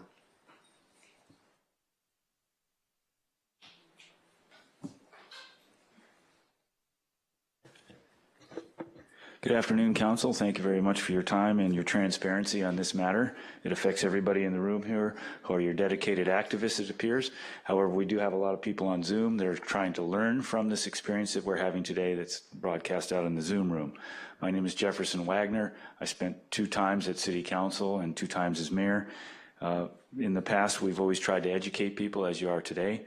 I would like to invite the EPA and all the FEMA folks to start to draft an acronym sheet, because it's getting really tough to explain this to people in the common world, the people that are watching today. So I brought it up once before, an acronym sheet. It's real simple, folks. We had it after the Woolsey. Secondly, the evacuation routes. I've sent an evaluated, much better evacuation route explanation from the one that we created after Woolsey with the Planning Commissioner Chris Marks and myself at the helm. So that list needs to be brought up to today's standards with latitude and longitude, the 101 freeway identified, and all the ways in and out, because now you're bringing materials into the area and there may be a hazardous situation that comes up. How do people get out? I would invite the EPA and FEMA to authorize our local agencies to monitor your work. You say we clean the air, we check the air. I'd like the AQMD to be invited to that table too. So if you invite the AQMD, it's another oversight committee that says this is the truth. When I lost my house in the Woolsey fire, my materials went to Azusa, the hazardous part, and some of it went to Calabasas. Calabasas has changed. I'm sure you're aware of that. They're not allowing heavy metals in Calabasas. So then you have to go up toward Oxnard or Ventura up that way, or all the way to Azusa with those hazardous materials. Those sites weren't identified yet because they're also having some trouble with people out in Azusa accepting all these materials. So I get it. Let's work on this together, try and be the purple person that I am. I would also invite the EPA, if you do use the Bell lot, to tent that material, even after you've encompassed it in your plastic boxes, but at least don't tell us there's a canopy and the wind can blow right through it. Let us know that it's going to be completely tented, and that means weighted at the bottom with sandbags and completely sealed. I have 30 seconds. Then you should also know that that is a contentious site, the Bell property. I would ask you to remove the cement and the DG that's there now as part of your mitigation and removing everything out of the site. It seems fair, and I think it's reasonable. Thank you very much, Council. Thank you. Stephanie Martin, and then Pamela Conley-Urick. Hi, my name is Stephanie Martin, and I'm a deeply concerned citizen of LA County. On Friday, January 31st, EPA spokesperson Rusty Harris Bishop stated on camera that their first choice for a sorting site was always Will Rogers, but that option was denied. Instead, the site at Topanga Creek, a location that is directly across from a gas station, next to a busy thoroughfares such as PCH, and next to Topanga Creek, a location that is directly, which flows into Topanga Lagoon and ultimately into the Santa Monica Bay, was chosen instead. It is important to highlight that this area has been designated as a sacred site and is protected under SB 18. It is also a known flood zone. The EPA has further admitted that this location is far too small for the scope of the project, which is why an additional site in Malibu, which is now under discussion, is being considered today. I deeply sympathize with those who have lost their homes and businesses in these fires, and I understand the urgency of cleanup efforts. However, creating another environmental catastrophe is not the answer. Controls and regulations exist for a reason, and rushing this process will only hurt our city in the long run. What impact will this decision have on the community and its businesses, many of which are still recovering from the devastation of the Woolsey fire and now the Franklin fire and the Palisades fires? Notably, both sorting locations selected for Altadena and Palisades fires are in unincorporated Los Angeles County, allowing the city to claim that the debris was quickly removed from city limits, something that could be framed as a political win. However, this decision jeopardizes our waterways and in turn the Santa Monica Bay, which is critical to LA's long-term economy. A glaring example is the 2028 Olympics. Who will want to swim in the bay after learning that hazardous materials have leached into our waters? And they will leach. This The normal timeline for this type of cleanup is 6 months at best, yet they are attempting to rush this process into just 1 month. So I ask, who vetoed on-site at Will Rogers? And I humbly urge all of you to reconsider sorting locations and relocate them closer to the impacted area rather than near our vital waterways, businesses, and schools. Thank you. Thank you. Pamela Conley-Urick, and then Scott Dietrich. Good afternoon, almost evening. I'm Pamela Conley-Ulick. First, I'm a former city council member, mayor, did 8 years hard time.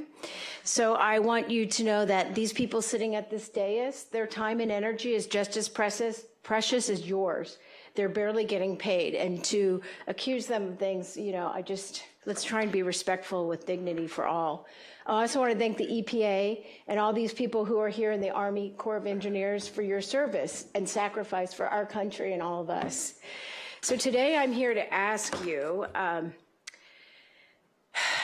think it's time to take a beat and a breath. And I'm going to urge you to use some common sense, EPA. And we're here to help you.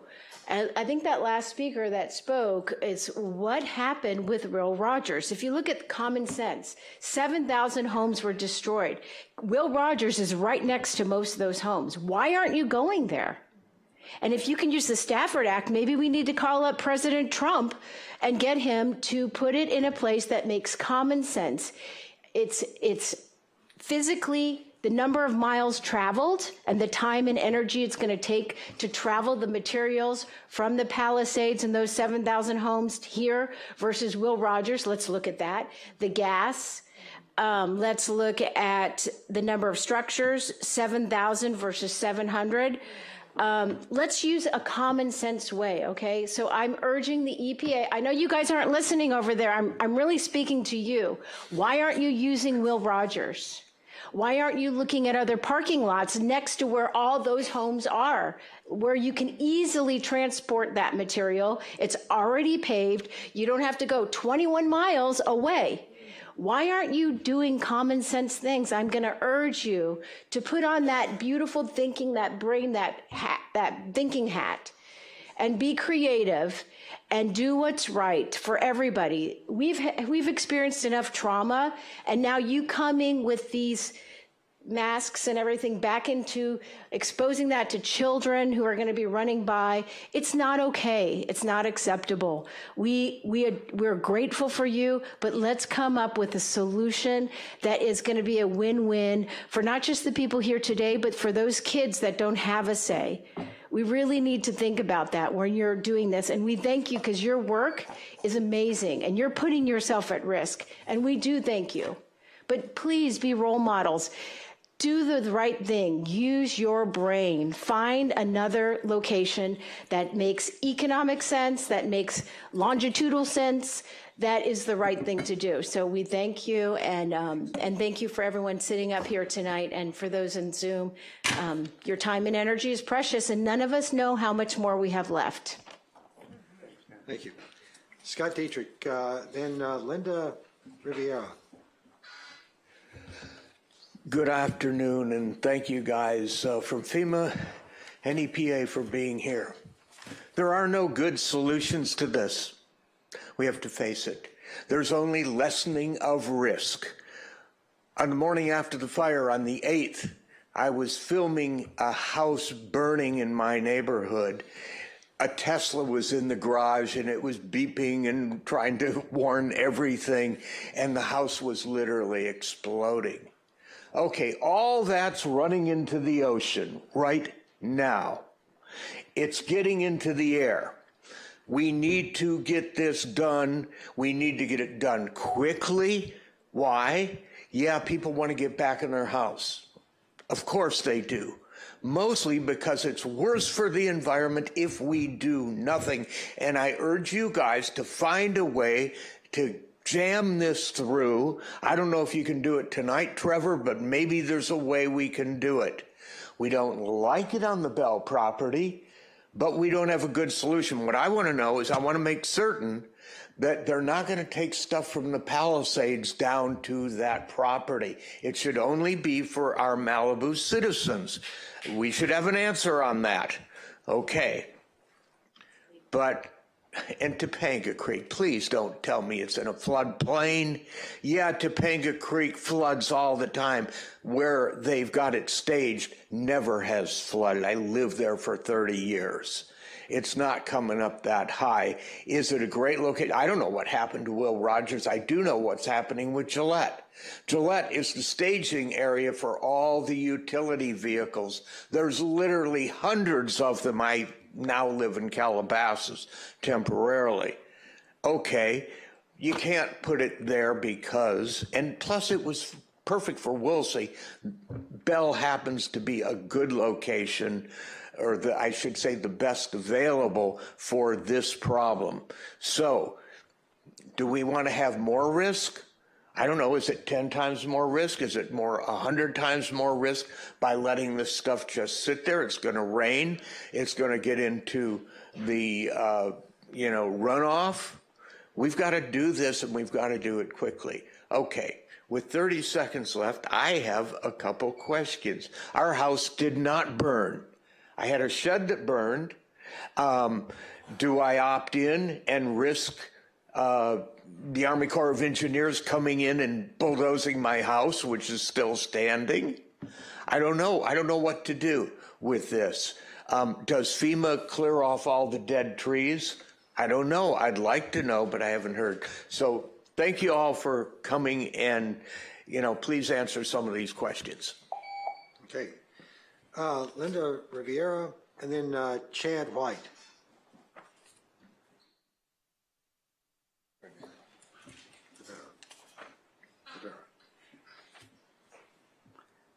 Is Linda Rivera here, please?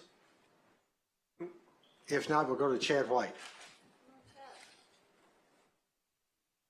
And followed by Bobby LaBonge. Hey guys, thank you for letting me speak today. I'm going to unfortunately repeat a little bit of what's been said, but the key issue here is that we've been told by the EPA that the Temescal and Will Rogers site is off limits. Has anybody explained why? You don't. Okay, so I know this isn't Q&A, but can you just answer why? We're going to ask the questions at the end. Okay, cool. We'll ask questions later. That site, as explained to me by Rusty from the EPA, it has the capacity to deal with all of this, okay?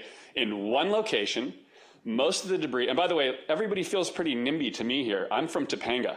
You guys are real cool with using our little area there right on the creek. Everybody here is talking about something that's a quarter mile away, and you're real upset about that. Well, this is on our creek, right here. The creek is where you guys are sitting. The barrels are here, and you guys are telling me that's cool, okay? None of us believe that, and you also said that you talked to the native tribes, and nobody's done that. That's a lie. It's an absolute lie. You've not done it. At least as of Friday, you hadn't done it, and nobody could identify which tribe you'd spoken to, and when they did identify it, it was the wrong tribe. So far, there's the credibility coming out of this group is pretty zero, right? I understand and I agree with everybody here. We want to get this done quick. And Scott, I totally disagree with you. We surfed Topanga together when I was a little tiny guy.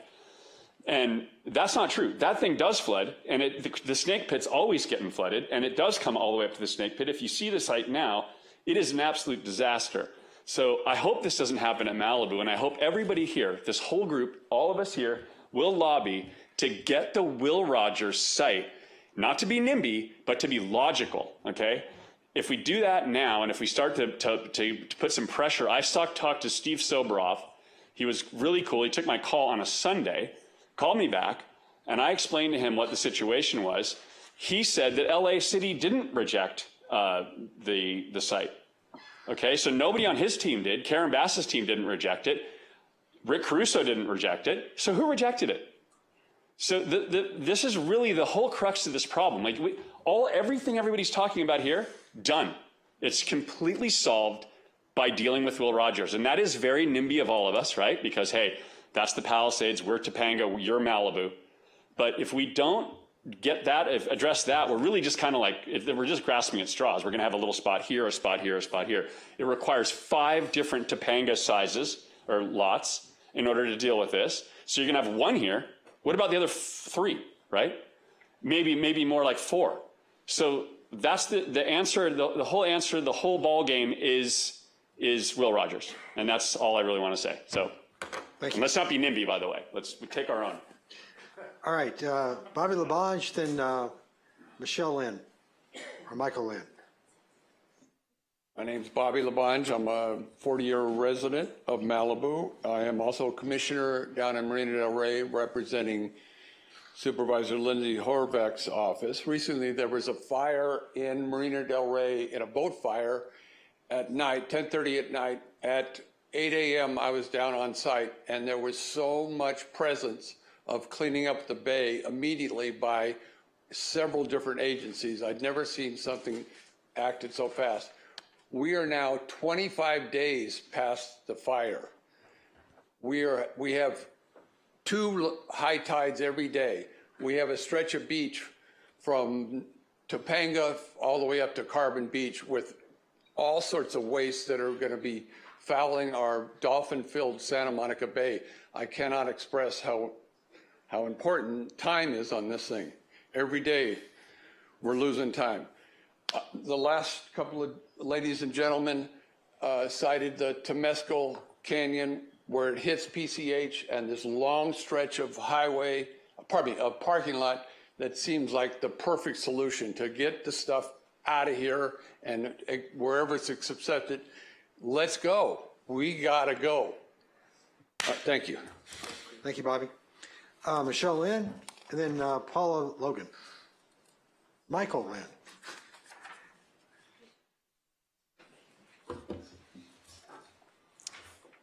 Good afternoon, Mayor and Council. My name is Michael Lynn, and I've been a resident for Malibu for the past 5 years.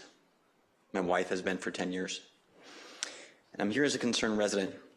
I strongly oppose the proposed Phase 1 hazardous material site in the center of Malibu off of Civic Center Road. I live a block from this site. I can walk here. This project poses serious risks to my family and our community, and I urge you to use whatever political capital you have to stop this immediate health risk to this city. First, the health and safety risks are undeniable. Hazardous materials, whether chemical, biological, otherwise toxic, pose a constant threat of leaks, spills, or airborne exposure. Malibu's unique coastal environment amplifies this risk. Ocean winds, seismic activity, and seasonal wildfires could turn a contained hazard into a widespread disaster, endangering residents, visitors, and our fragile ecosystem. In the EPA presentation today, they said larger lithium batteries pose a serious safety risk, as heat-impacted lithium-ion batteries can spontaneously explode, ignite, or release toxic gases. Why would I want this a block from my house and my 2-week-old son? Second, the EPA's track record on hazardous waste management is deeply concerning. Look at the East Palestine Trail derailment in 2023, when toxic chemicals were released into the air and water. The EPA assured residents their environment was safe, only for reports of contamination and health issues to surface later. If the agency failed to protect a small town, why should we trust them to safely oversee a hazardous material site in Malibu? That said, I believe there is hope. The new EPA administrator, Lee Zeldin, is a man of integrity. He posted on X a day ago, quote, "At EPA, under the Trump administration, we will pursue a common sense agenda to help America thrive in every way possible," end quote. I invite Ambassador Zeldin to come to Malibu and physically see this site. If he does, I am confident he will reach the same common sense conclusion we all have. This site location makes no sense, especially when it's just 400 yards from an elementary school, 100 yards from a pediatric clinic where I take my 2-week-old son right back here, 300 yards from the Malibu Country Mart, the heart of our city, and sandwiched between 2 colleges. Finally, this plan contradicts Malibu's core values of environmental stewardship and public health. The EPA and city leadership should prioritize community safety over convenience. Moving forward with this project would be a step in the wrong direction for Malibu. The solution is simple. Any sorting, packing, or sorting needs to be done in the contaminated areas. Do not spread this contamination to the heart of the city. This is common sense. Thank you. Doug, before you call on the next person, I know this is not typical, but a number of people have raised Will Rogers and asked, why is that not available? And I wonder if the EPA could answer that question, or FEMA, so that future people who are going to ask the same question can have some more information for purposes of their comments. I concur.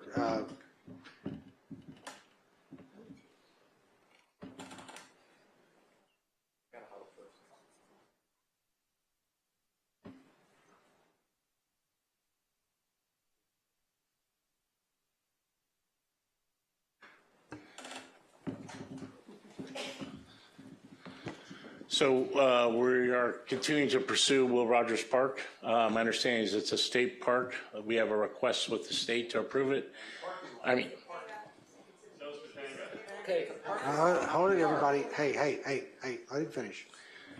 And initially got significant pushback from the city on using that park initially. So had a number of different, I think the council member and some other individuals push back significantly on it. We do have it pushed to the state again today to make it available. And we should know today whether State Parks goes ahead and makes it available. Now, there are some logistical challenges with that, as I understand it. Because of the steepness there, there's some concerns whether the mid-sized trucks will be able to get up and down there. All right, Mr. Fenton, don't leave me on this. We're talking about the parking lot at Will Rogers, which is parallel to PCH. And it's the Will Rogers Beach, not the Will Rogers Park. Yeah, so Will Rogers Beach. I believe the National Guard has got an encampment there, but they're leaving shortly. Yeah, we were denied by State Parks the use of that facility. Excuse me. All right. You're talking about us using the Stafford Act, having the Stafford Act here. The much more logical location is there at the parking lot, which has a paved parking lot as opposed to dirt. You've got gutters and you've got access right there to PCH, right next to the burn area. It makes a lot more sense. So can I get a better answer than that? Yeah.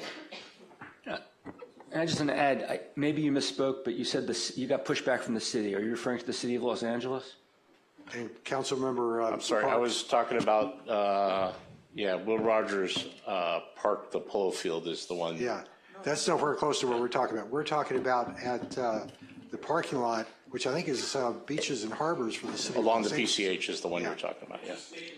Yeah, State Beach. It's Temescal, so it's right at the bottom where Palisades burnt. So we've had requests to use that location. Initially, it was being used by others, and we have requests to make it available to us as they leave that area. We have not yet got approval for that. I will tell you that my contact with the city of Los Angeles told me on a separate matter that the MPs that are encamped there are leaving by the 10th. Their deployment is over by then. So by the time you could get even to the Bell property, you could already have that set up here. Continuing to pursue it and continue to make the requests to use both the polo field ground and the parking lots along PCH. So we're pursuing both. Okay. I think your better location is the parking lot along PCH, but I'm glad we've got this on the table now. All right. And just to be clear, that's the city of Los Angeles territory, not us. All right. County Beaches and Harbors, yeah. All right, Paula Logan, please. Yeah. Then Madeline Glickfield. Hello, my name is Paula Logan. Good afternoon. I'm here to talk a little bit about having homeowners being able to have direct conversations with the EPA and the Army Corps of Engineers. For example, I lost my house on the beach. I've come and looked at it. When you look at my beach, there is all stucco, lath, and plaster piled up by the street. I know exactly where my paint is. It's under I had a driveway, and underneath was a bridge, and that's where my paint is. There's no way they're going to find it. They can't lift the sheets. I can tell them exactly where it is. There is no asbestos in my house. I built it, bought the lot in 1970s. I can help them. They can help me. By the same token, I built a beautiful foundation, beautiful caissons, heavy-duty grade beam. When the Army Corps comes out, I want to talk to them about that. I'm quite sure I'm going to be able to save it. And that's important. And so I think I came here to talk to the Army Corps, and I think having one-on-one, everybody's worried about opt-in. I want to opt in, but I want to have a conversation first. I hope you can respect that. I think we can get farther. And one more thing, I helped out fill out about 14 emergency permits for bulkheads, which the city said they were going to sign and didn't. We have emergency permits for a reason.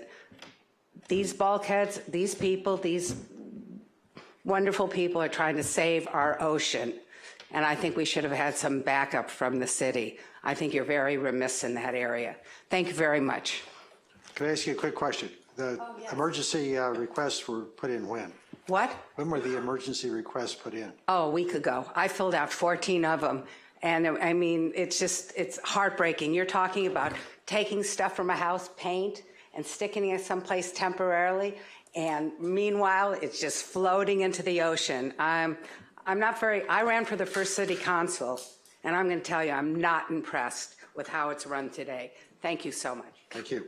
All right, Madeline Glickfield's next, and then followed by Joe Drummond. This is a terrible situation, and whatever you do today is not the end of the process. You don't actually have any decision-making authority to put it anywhere. It has to be made by the federal government. And they were pretty clear earlier today that if they don't get sites, they'll just move to wherever there are sites. If it's on the Eaton Fire, they'll move to there. If we spend a lot of time trying to push the sites to other places, we will lose out. And time it's not a matter of being able to take time. We have already been exposed to serious hazardous waste. During the 2 weeks of the fire, I didn't open my windows at all. I didn't go out very much at all. I wore a mask all the time. Everybody has been breathing this stuff. We already had a rain. It ends up in our storm drains and out into our ocean, in our creeks. The Topanga site was at the end of the fire. There was a bunch of people, and agencies that got together and pulled all the tidewater gobies and all the trout out of Topanga that they could get. And now, after the rain, everything is dead in that creek. Everything is dead in that creek because of not only because of the toxic, because of the ash that had taken taking all of the oxygen out of the water. So we have to do things fast. We can't just say, oh, let's go over there, or let's go over there. We have to decide soon, otherwise they will go over there, not even in this fire area. So we need to have the sites. I hate the idea that we're going to put these things in our community. I hate the idea that we're going to put it near a creek. But I think we're going, for the first time in my life, I'm saying we have to not leave it being like it is. It's dangerous to all of us. It's dangerous to any child that walks along the beach now. The beaches and the ocean are closed to public use because it's too dangerous to go there. I sit on the County Beaches Commission, and I've been informed that we have already, I'll have to stop, I'm sorry. We have to keep those beaches closed, and we have to clean them up, but we can't clean them up until there's some place to put the hazardous waste. So thank you. Thank you. Joe Drummond. Joe Drummond and Susan Emmerling. Thank you. I really appreciate you all being here and helping us, but please None of the people opposed have had their house burned down. My house burned down along with 170 other of my neighbors in Big Rock. And the EPA, we should be grateful that they're here. They were not here during Woolsey. They did not take these precautions like they are doing now. And we need them to clean up our lots. Every day I walk through my neighborhood, I need to wear a P100 mask. It's blowing all over Malibu. It's going into our oceans. We're poisoning our children as we stand here. So we need to clean it up fast. That's number one. We are traumatized. People aren't going to rebuild because it's already traumatizing. They can't even take one step. So we need your help to help us make this step to complete our rebuilds. We need to clean up our lots. We need the EPA on there. My solar panels are toast, they're ash. There's no paint, there's nothing. I don't think they'll find anything, but we need that phase 1 step so that we can move on to stage 2, debris removal. That's most important. I do think that there are people sleeping on there's Army tents at Will Rogers, and I think that's where all the 1,000 people that they've sent for the EPA is sleeping. That's why they can't use that spot. We need these, we just need this done quickly. I do not like Trump. I am not a Trump person, but he is getting things done. So please act like him and get it done. Please clean our lots. Thank you. Thank you. All right, Susan Emmerling, followed by Skylar Peak, and Skylar's got 5 minutes. Hello, thank you. I'm here again. I'm here again because my home burned down in La Costa. And I went to those first meetings at the Malibu High School, and I listened in to the meeting, the county meeting. And I kept hearing Colonel Swenson of the Army Corps of Engineers saying, "We will work at the speed of trust." And he must have said that 20 times in those 2 meetings. And every time I heard it, I thought, what exactly does he mean by that? And I think this meeting is a really good example of what he meant by that. And I think what I'd like to say is we need to remember we're all in this together. There's no Eastern Malibu problem, no Western Malibu problem. This is a really both-and situation. When Woolsey burned on the west side of Malibu, ash rained down on our homes on the eastern side of Malibu. We breathed it, it covered our homes. We were included in that tragedy. Our kids couldn't go to school. When the Palisades fire burned the eastern side of Malibu, I'm sure our ash and smoke rained down on western Malibu and polluted you. The highway was closed, you were inconvenienced, you were frightened. When Franklin burned in the middle, we all felt it. This is a both-and situation, and I think we all agree that our health and our lives are the most important thing, whether we're 80 or whether we're 2 weeks old. But time really plays a role in that, as does trust. If we want to move at the speed of trust and save time, we need to address the hazards of uncontrolled hazardous materials in uncontrolled environments and try to figure out how to control them and get them out of there as quickly and painlessly as possible. Time plays a big role in that. It would be wonderful if we could control them in the uncontrolled areas so no new areas are contaminated. But if we can't do that, let's try to come to an agreement in good faith, believe that everyone in this room is acting in good faith, trust each other because we are all breathing each other's contaminants. I don't have any lithium-ion batteries in my home, but somebody near me does. Please, let's agree to work together. There's so much to do. And we heard the EPA when they said, if we move slowly and others move quickly, we will just get to the end of the line. And the uncontrolled contaminants will be here longer, and that does not serve our health or safety or our lives. Please, let's act as though our lives depend on this. We know the life of the community of Malibu does. Thank you. Thank you. All right, Skylar, you're up next, and Brian Merrick, are you here?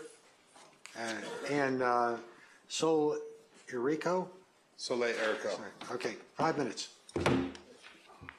I made some notes. I actually never do that in this zone, but I thought it's pretty important. So, first off, I want to thank you, all of our residents, for being here. Everyone's concerned, both in Malibu and out of Malibu. My name is Skylar Peak. Most of you know me as somebody that loves to surf. In fact, it's one of the only waves in nature that you can ride a natural waveform. That's why I love it. More importantly, I have 4 kids. Taught one how to surf on her own now, and the others will follow. I might have even taught one of you sitting up there how to surf, better at least. My sister Alicia teaches at Calvary Christian School. She's awesome. She's got 3 kids of her own. That's in the Palisades for those of you that don't know. The pain of this is felt by our neighbors both here and in the city of LA. My younger sister Ashley is now Dr. Peak. She's a rock star. She spent her training working at the VA in Texas. I want to thank all of you over there and all of you up there and everybody else out there for working around the clock to keep us safe. And this building used to be actually used to be a church. It was built to broadcast a church around the world. I watched Tom Petty's band, Mudcrutch, play on that stage. It was pretty awesome.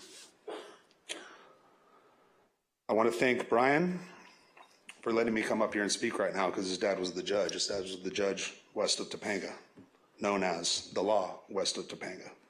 I want to thank Soleil for her time too, because she's a 3-time world surfing longboard champion.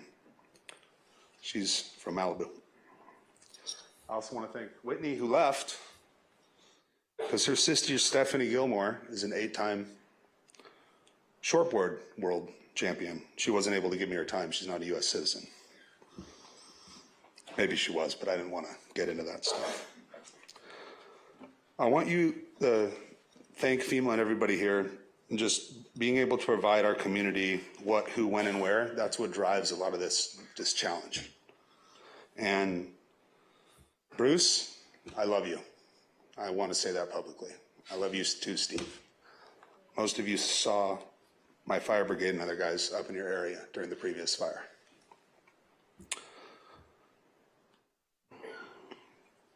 We got to get out of the way of these people to let them do their job because they do it better than anyone else in the world. We're all in this together. I want to second the comments that Jefferson made earlier. He had more experience than I did because he was here in public office beforehand. Then he came back with me for his 2nd term. I don't want any of us to ever forget that this is the land of the Humali Wu. Today it's our beloved Malibu. I want to thank Madeline, because she probably knows more about water than I'll ever know in my life. But as far as her, I'm just her electrician. And I also want you guys to pay attention to people like Bobby in the White House, because that guy knows more about water quality than most.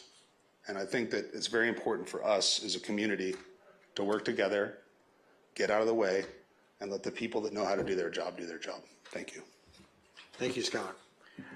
And by the way, Skylar, you love the rest of us too, right? Yes. Okay, just checking. Julie Howell, please. This is the last slip we have. We're going to take a break after this. Well, you caught me a little off guard there. And I don't want to repeat what people have said already, so I apologize. I wrote down some notes, though, so here I go. I'm a longtime Topanga resident, and I want to share my gratitude right now for having a home to live in still, to the firefighters and everybody who took care of the situation. And I'm so sorry for those who lost their homes. And I'm grateful that the EPA is here and trying to help us. And I know you're doing your very best to try to do a really good job, and I appreciate that.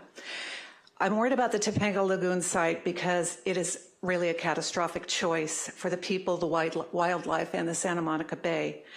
There's no paving, no berm, a creek that will overflow, and a lagoon that empties right into the ocean. I don't know if everybody's been to the site, but it does flood and it does overflow. And that lagoon is, I mean, we were already working on a cleanup of it before this even happened. Now, there's also probable landslides happening. Topanga Canyon was closed for most of last year, will be closed for most of this year because of the landslides. So the burn areas are definitely going to flow down. And I'd like to know, one question I haven't heard is, what are the contingency plans for when everything that's stacked up on that site gets covered by a landslide, and the debris flows down to Topanga Creek and just takes that area out? Because this is what we fully expect will happen coming up in maybe not the next week, but soon, because there's nothing holding that lunar landscape in place. The EPA designated as a flood zone. It's already fenced off. They're already working, and they're processing Palisades stuff there now, not Malibu stuff. I was there on Friday. I spoke to the EPA. It's a 5-acre site. It doesn't meet their specifications. They don't even want it there. They want it at Will Rogers parking lot. I mean, they said that. We have them on tape saying that. So you need 25 acres. You got it. We want to work with them. We're not NIMBY. If they need to process some of the stuff from this fire, where they need to process it, I'm all for it. Get it done. I'm with the people who want to rebuild. But as you guys said, take a few days. Find some other locations. Prep them. Please prep them. Because what's going to happen is there'll be landslides between Palisades and Topanga coming up soon with the burn scar, and they won't be able to get their trucks through anyway. So just prep that parking lot. My kids also went to Malibu High, and I don't know how that's been dealt with, but a lot of teachers came down with thyroid cancer because it was a site that the EPA should have cleaned up. We have Santa Susana in the Simi Valley that has never been cleaned up. And PCH, where we are, goes east-west, not north-south. So I think you would show a little knowledge by knowing the cardinal orientation. It's just too much. They've got all the parking lots up in the Palisades to use in a burn zone. So I'm with you guys. Thank you for your hard work. Thank you. All right. City Council has been going at it for many hours here. We're going to take a 5-minute, let's see, 5-minute break. We'll be back at 2:47 and be back in session, and we'll take the people that are online.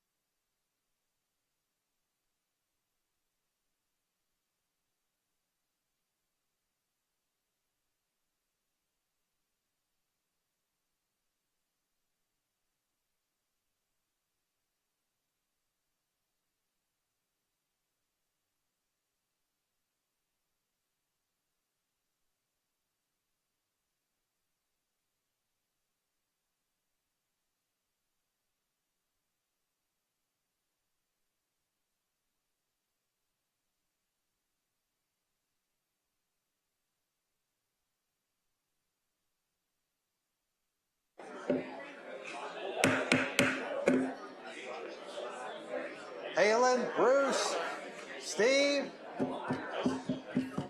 come on down or come on up.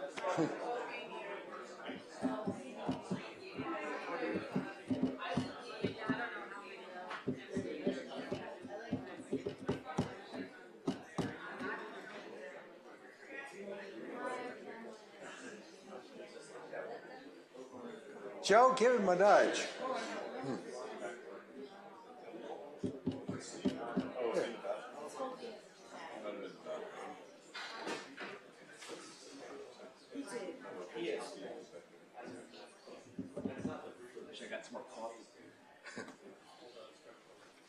All right, Mary Ann, are you back with us?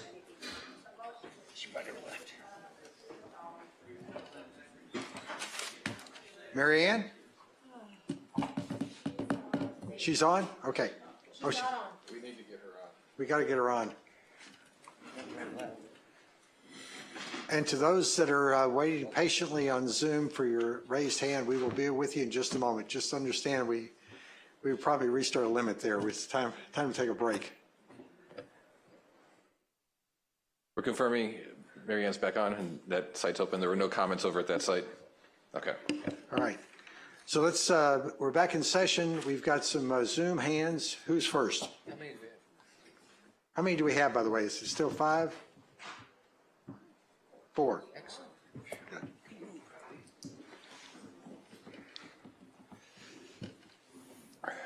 Who's first?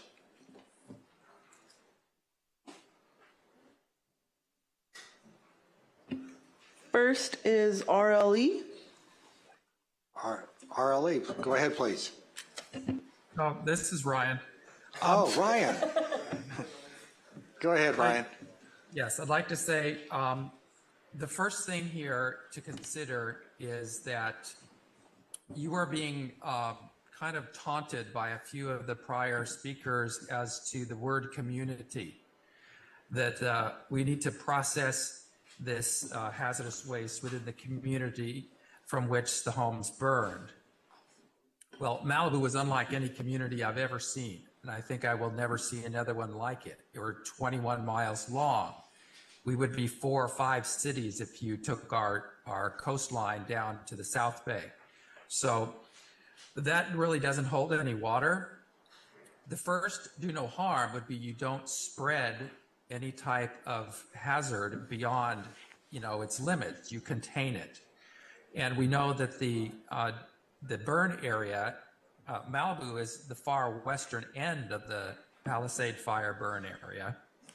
And the beachfront homes that burned, the trucks will have to be on PCH loading this stuff. They'll be pointing toward Santa Monica. And the logistical turns of turning these trucks all around on Pacific Coast Highway is not something that's easily done when you've got lanes coned off.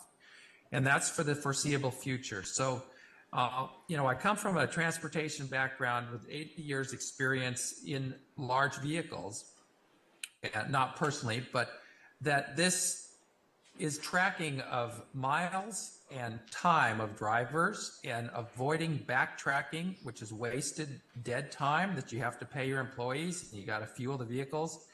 So this debris needs to go east. That's fairly common. To where it needs to go. It should not go through Malibu Canyon, where one truck accident would close down the whole canyon.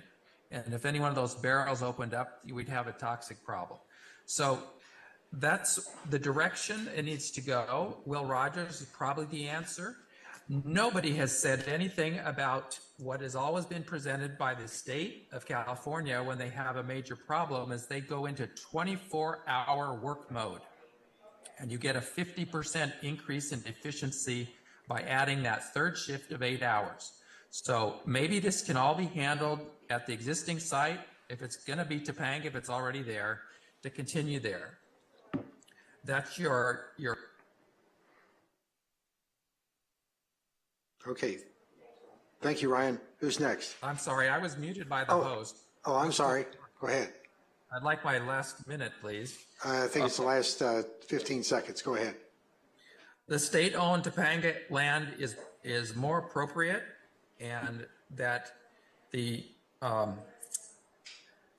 let me see here. The Malibu has been segmented into 3 emergency zones, Eastern, Central, and Western, and it's been in our emergency plan for 20 years. So Ryan, that's the rest of your time. Thank you. Go ahead. Next is Barbara Bertelin. Okay. Go ahead, Barbara. Good afternoon, Mayor Stewart and City Council members. Can you hear me? Yes, we can. Go ahead, please. Great. I am very sensitive to everything that everyone's been talking about, but I need to speak for the very timid voice going on right now of our business community, which is quietly suffering and at risk of going out of business, many of them. And I want to say that bringing in a tenfold number of homes in any regard to sort the hazardous waste or the debris that impacts Pacific Coast Highway is going to put a further burden on our businesses. And when everything's built, the businesses that you grew up and loved may not be there anymore. So I would urge you to keep the Pacific Palisades resident distribution and holding sites off of Pacific Coast Highway and preferably close to the homes in the Palisades. So that's all I wanted to say. And also I want to reiterate the importance of reminding people to use Canaan and Malibu Road to come and shop in Malibu. And I thank you very much for your time. Thank you. Who's next? Next is Jacqueline Iyer. Yes, thank you. Can you hear me? Yes, we can. Go ahead, please. Thank you so much for this opportunity to speak.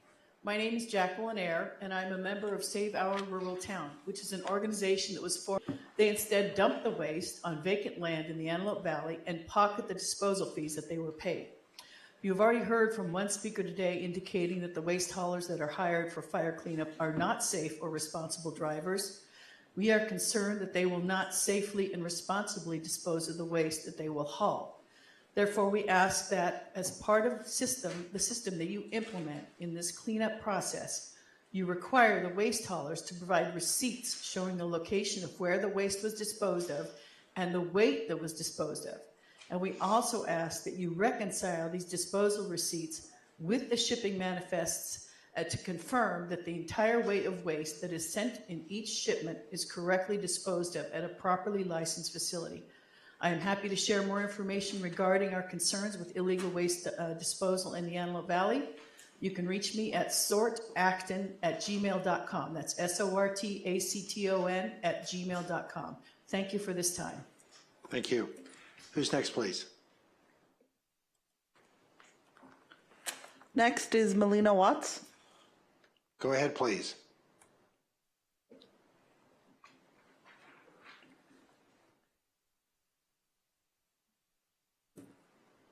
Ms. Watts, can you hear us?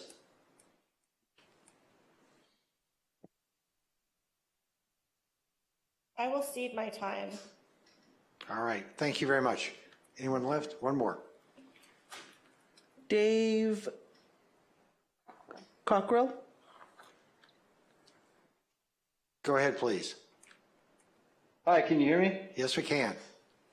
Hi, my name is David Cockrell. I lost my home in Big Rock. I want to say thank you to Joe Drummond for representing our neighborhood and trying to facilitate a rebuild. Thank you to Skylar for saying let these people work. Right now we have toxins from Carbon Beach to Sunset Mesa in Malibu. Is it better there than the site at Topanga? No, it's not. Let's be real crystal clear with what the EPA guy said. We have 24 hours. Any site is okay. If it's Topanga, let's get moving. Thank you for your time, Council. Thank you. Is there anyone left? All right. Bring it back up to the dais. We had some questions that I think may have been raised by people. We answered the one about Will Rogers. Debris removal and storage. I think there was a question about where debris removal and storage would take place.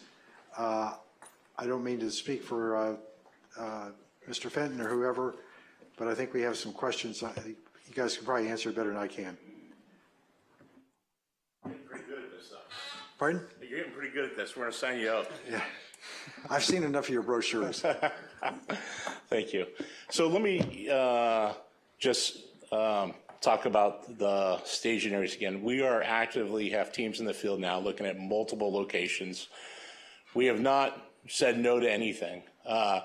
We have received different levels of support and concern, just like the discussion here today for the one out in front of this building.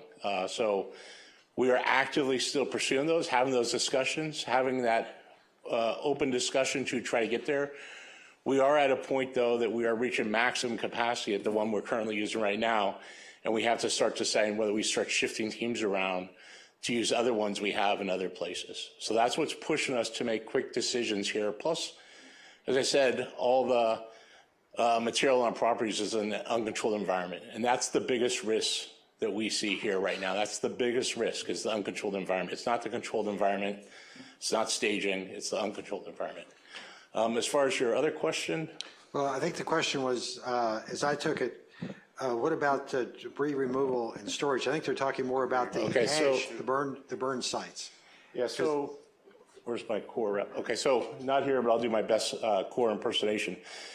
So 2 phases for debris removal, or hazardous material removal and debris removal. Phase 1 is just the removal of the household types of materials that we've been talking about most of today. Phase 2 requires a property owner to opt in and fill out a right of entry. There's a website that we could give to you so you could put it up on this meeting afterwards if you haven't already. As they opt into that, they then have a decision to make whether, if they want us through the Corps of Engineers to remove the debris from their property, and the second part of that is whether they want their foundation removed or not, okay? For some properties that EPA cannot enter because there's a threat, a risk of a wall falling, that will include both phase 1 and 2 at the same time. But for the overall majority, about 80% of them, EPA will do phase 1. They'll do that within approximately 30 days, hopefully. And then the Corps of Engineers, based on a property owner opted in, they have 60 days to make that decision through the end of March, whether they want to opt in or out or not. We are actively out communicating to the public through town hall meetings and other things to answer those questions. Also, as you opt in, they will have further discussions with the homeowner directly as they know when they're scheduling that property. So they'll have a discussion that starts sometime like about a week before they schedule that property, to then follow on discussions and also invite that property owner to that site if they have anything specific instructions they want us to follow with regard to move the debris from their site. The debris will be removed by crews, put into a truck that has a plastic liner in it. That plastic liner will be wrapped fully around, so it's sealed. That truck will go to a landfill. In some cases, some of the material could be recycled, like concrete, if there's no asbestos in it. Metals can be recycled. And, oh, here's my core friend. And so, and then as far as trees, if trees pose a threat to the public or a threat to the team that's removing the debris, those trees will be removed. Typically, we cut them just down at the stump, and we don't remove the whole stump of that tree. If someone has trees on their property and it's, the tree's dead or dying, burned, and it causes a threat to the general public, we will go ahead and remove that tree also. Sometimes if you have a big property and it's way in the back and there's no threat to the public or no threat to the work, we won't remove that tree. It's the property owner's tree. The other big question we get is about insurance. We are unable to duplicate what you may receive from your insurance company. Through the Stafford Act, we can't duplicate other funding sources that are there. So we, when you sign that right of entry, you're saying that if there's any insurance proceeds specifically to debris removal only, that is potentially available to the county to collect to offset the debris removal costs. My experience in doing this for over a decade is the cost to move the debris is much higher than that line item of insurance. And also, we allow you to use that if there's any additional costs. So for example, some of these properties are very complex, and we may have to cut parts of the foundation because we don't want to destabilize the hill or remove piers or walls that are there. And there may be more work for you to do before you rebuild, and you'll be able to use that portion for that first prior to having to provide that if there is a duplication. So as long as you're using it for debris removal, then there's no duplication. If there's something left at the end and it duplicates what we've done, then the county would work with you to provide that. Just a quick expansion of that answer. Caissons in the water, what's the story on those, as well as seawalls and bulkheads? Yeah, we are staying away from seawalls and bulkheads, anything that is, a threat to the stabilization of that property. We're removing the fire debris and anything with regard to the foundation. But I'll turn it over to the Corps to see if there's anything else you want to add to anything else that's water related. Yeah, so Mr. Mayor and council members, my apologies. Colonel Brian Saucer, I'll be the commander of the Emergency Field Office for the Palisades Fire, which will encompass Malibu, Pacific Palisades, and the unincorporated communities therein within. My apologies, I was out in the hallway answering some questions with some of your constituents. So in particular to this question, Mr. Mayor, for the seafront properties and the foundations there, I mean, we're going to look at those, and we're going to have to make a safety call, not necessarily an engineering call, but a safety call on some of those caissons and so on and so forth. And likely they may play some role in the stability of the slope leading up into that property. And so even if they were elected by the resident for a foundation removal, we may make a call that it may be integral to the stability of that site, and then we would not take it, even if the property owner elected for us to take it. In terms of caissons in particular, we would not be looking to take, heavy concrete caissons out during the debris removal process. We'd be looking for mostly the fire ash debris, the metals and associated debris with the fire event itself. I just want to add to that. I think to me, that's where if someone does have insurance and there's additional work to do or decisions to make on potentially their reuse or not reuse or removal, they could then use that funding to do that before potentially any potential duplication. So that we want to allow everyone to leverage all the resources they have. What we're doing is to immediately remove the threat to the public, which is the fire ash debris. As a second part of that, we've instituted an authority we have to help speed up economic recovery, which is removal of the foundation. We want to be careful that we don't impact the area greater by removing things that are critical to the foundations of the properties. Okay. All right. Alexis, I think you were taking notes. Did you have any questions we didn't cover? And anybody up here have any? I think we all did our best to try to take notes and capture any questions. A couple right off the bat that I noticed from folks were trying to delineate phase 1 from phase 2. There were questions about the truck being wrapped, of debris being taken. I believe that's a phase 2 approach, but I know the colonel said, and especially at our town hall, that they are absolutely wrapped. I know the Army Corps emphasized that. Also drainage after all the removal, that's post debris, that's also post phase 2, but I can say our public works team right now has been going through all the burn areas and trying to improve the different culverts and channels and everything for drainage and rain flow as well, to try to secure that. Okay. Anything else? Anybody? On the questions to this group. Well, a quick one. There was an acronym request. We have our acronym up for our planning department on our website. We also have one from FEMA already, so we'll be adding that. And if there's any others, feel free to send it. We'll continue to update our website. And then I think for you guys, the big questions were the sites, what sites are available, Will Rogers, and so forth. Along that line, I really want to pose, I'm going to jump ahead here a little bit. I agree with Madeline Glickfield. It's worse to do nothing. We've got to get this stuff moved. But when I look at where the Bell property is versus Will Rogers Beach parking, and you want 25 acres, the Topanga site is maybe 3 to 5. Will Rogers is 20 plus. That's where you should be going. I'd like to know what we can do to help you get Will Rogers. I have numbers at LA City. I have numbers at the county. You tell me, and we'll try and help you get there, because that makes so much more sense. It's right across the street from where all this happened. Short drive to get there. You're close to the source, and you don't have as much downtime going back and forth.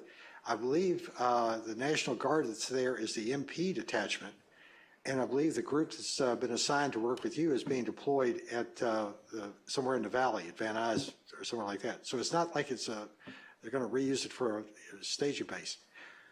Guys, I can't, as mayor of this city, I can't encourage you to put this site across the street from us so close to all these kids, homes, and so forth, when you've got Will Rogers down there that has no homes around it. It's already ready to go. I mean, I just can't in good conscience support this here locally. I know you can roll us over. I've seen your letter, looked at it quickly, but look, help us help you. And if we can get this done down at Will Rogers, I think you'll be a lot happier down there. And we want to keep Topanga. We're not saying to close that down. I mean, we understand that that's got to function and it's working and it's close to our burn sites and those in the county area. And I know Supervisor Horvath, is much of the same mind. I can't speak for her, but the conversation I had with her, she supports that too. But let's get this one down at Will Rogers to support the Palisades people with their 4,000 or 5,000 or so homes that need to be addressed. So can you tell me what we can do to help you? Mayor, may I just add on the Will Rogers? If somebody says no, tell me who was saying no. Don't just tell me the state. Give me a name, because if we have a name, we can do something. Yeah, we know who to call. Yeah. We got you here. So, Mayor Stewart and council members, really appreciate the discussion today. I think what I would ask is any support you could provide us to help us get to sites, especially hardened sites that are already hardened, flat areas. They're closer to transportation routes. With regard to the Will Rogers site and off of PCH, I think reaching out to those public entities that have responsibility for them, for their leadership, and having that discussion with them and having this collective session. As we talked about earlier, this is about risk. Mm-hmm.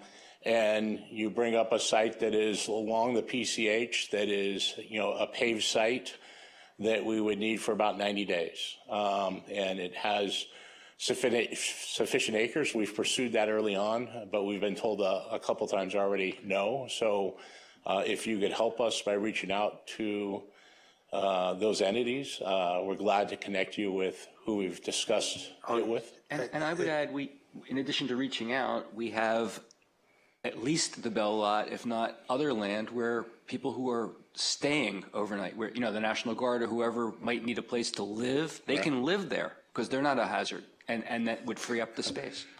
And we've offered to you guys, we have office space galore here in Malibu, but may not be finished, but if you want to put your office trailers in. Yeah, like muster site and those kind of things. I appreciate it. Yeah. So, look, maybe, I know you don't want to do it here in public, but Bob, this is Doug.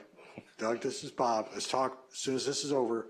You give me who it was, and we're going to them, and we'll go to their boss, and we'll go to their boss's boss. Because it makes so much more sense to be down at Will Rogers. And as I said, you can roll us over. I understand that. But for the betterment of everybody, it would be better down at Will Rogers. Yeah, and, we wouldn't have come here today if our intent was to take a direct path, right? We know, I think, Colonel Swenson's comment about the speed of trust, unfortunately the speed is pretty quick. So we have to build the trust pretty quick as we're going here. And we want to have this discussion so we can gauge, decisions we need to make and what works best. So if you could help us with the other site, that would be great. We have another site up at Palisades, we're working on another 2 today, and hopefully we get there. We just want to be able to remove the uncontrolled hazard that exists right now. And we do too. And lessen the impact to not only your constituents, but the ones up in Palisades. Listen, as I said, we opened this up. This is Malibu. Yeah. You're not going to find anybody more interested in protecting the environment than we are. You heard from our surfers. I would say as a diver and a sailor, we love this place, and we're going to protect it, and we're going to help you protect it. All right. Anybody have any other comments? Joe? Mayor Pro Tem, I believe, has a comment. Oh, Mary Ann, I'm sorry. Go ahead. We can't hear you. Sorry, is public comment over? Or are we back to the dais? Yes, public comment is over, and if you've got any comments, please speak up. Yeah, I want to echo Scott Dietrich and Madeline Gletfeld and Susan Emmerly and Joe Drummond and the Skylar and everybody else who stated that getting this cleaned up and getting it out of our oceans as quickly as possible should be our primary goal. I appreciate all the attention to Will Rogers State Beach. I think that is a prime location. It makes much more sense than any of the sites on the central or western end of Malibu. And just want to do everything we can to make sure that this is done quickly, efficiently, safely, and that we get this debris moved so we can get our residents onto phase 2 and then on to phase 3 of rebuilding. Thank you. Okay. Anybody up here want to make any other comments? I have a comment. We were just asking questions up to now. All right. Well, we have a receive and file on this, so let's see what we got here. Well, I just want to say, Tale of Two Cities begins, it's the best of times, it was the worst of times. And we are one city, as Susan made the point, and we're one community. But I imagine that if we asked all the people who live in the Bern area, what should we do? The vast majority, if not every one of them, is going to say, let them use the Bell Lot tomorrow, yesterday. And if we ask all the people on the other end of Malibu that didn't burn predominantly, they're going to be concerned, as we heard today from a number of them, about the danger. EPA tells us the danger is relatively minimal. It's not non-existent, but it's relatively minimal. If I had to go by what I've heard today alone and nothing else, I would say that makes sense. It sounds like it is. But I've been a litigator for 35 years, and when you take depositions of people and drill down and ask questions that they have to answer under oath and give yes or no answers, you find out a lot different information than when you listen to blanket statements. And I'm not saying nobody's being dishonest, just the devil's in the details. This is not on the agenda, and Trevor can tell me if I'm wrong, but this was noticed as a receive and file report about the use of the Topanga property. There was not even a mention in the public documents about this being about using the Bell Lot. I only knew about that from private conversations, and I tried to encourage members of the public to show up today to talk about that because I had a feeling this was going to move into that. But that's not what this was noticed for, and I don't believe we even have legal authority under the Brown Act, under state law, to give any direction to the city staff as to what to do about this. Is that right, Trevor? Yeah, it's a little broader than the Topanga site. It's for debris removal and hazardous waste materials, but it's not. There's no noticed action or anything listed as considered by the council for it to take affirmative action. I would also say on Friday when we put the agenda together, that's all we knew. Yeah. And just the last point I'll make is, I watched the Grammys last night. It was all about LA Strong. I see press conferences. It's all about the city of Los Angeles and the Palisades. The name Malibu hardly ever gets mentioned. And there's bad reason for that and good reason for that. Good reason for that is we really are a small portion of what was burned. The bad reason is there's a giant ape, the 800-pound gorilla is the city of Los Angeles, and they seem to be driving the boat. And they've got the property that this makes sense. It's not belongs to them, but I have no doubt that political forces in the city of Los Angeles are trying to keep this from being in Los Angeles. And that's where this belongs, because that's where the vast majority of the carnage occurred. That's where the fire started. and there's location there that's centrally located for everybody in the burn area, and it makes perfect sense for that to be the property that's used. And as I said, if it's being used for other purposes, I doubt the entire area is. We'll make our land available for people to put their tents and sleep and eat and be taken care of, but it makes sense to be doing this hazardous waste part of the cleanup at the state park parking lot. Thank you. Maybe a county. Or the county. Yeah. Anybody else? Thanks, guys. I mean, it's a tough job. I don't envy you having to do that. And I think, the reasons we've talked about, you like to get a site as close as you can to where the damage is. And Will Rogers seems to meet that criteria. So, like I said, give us some names of people that'll tell them we'll figure out who we have to talk to. Thanks. I know it's a tough situation, and we're all going to, I agree with these guys, so we'll help however we can because our residents need to build back. And it's not a NIMBY issue. In my opinion, it's a safety issue. It really doesn't make sense to go back deeper into Malibu where it didn't burn. But out of, one-way direction, get everything going in one direction. So I appreciate you guys coming here. Thank you. Thank you. Joe, we have some.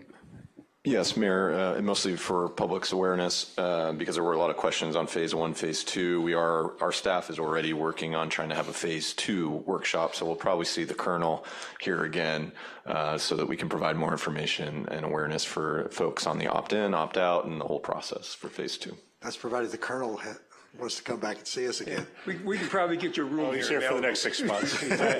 I brought my combat vest. I'll be fine. All right. Do we have anything else? Mary Ann, do you have anything? All right. If there's not, we have completed the agenda. The meeting is concluded. Thanks, everybody, for attending. And Bob, I'm going to come see you. Yes, sir.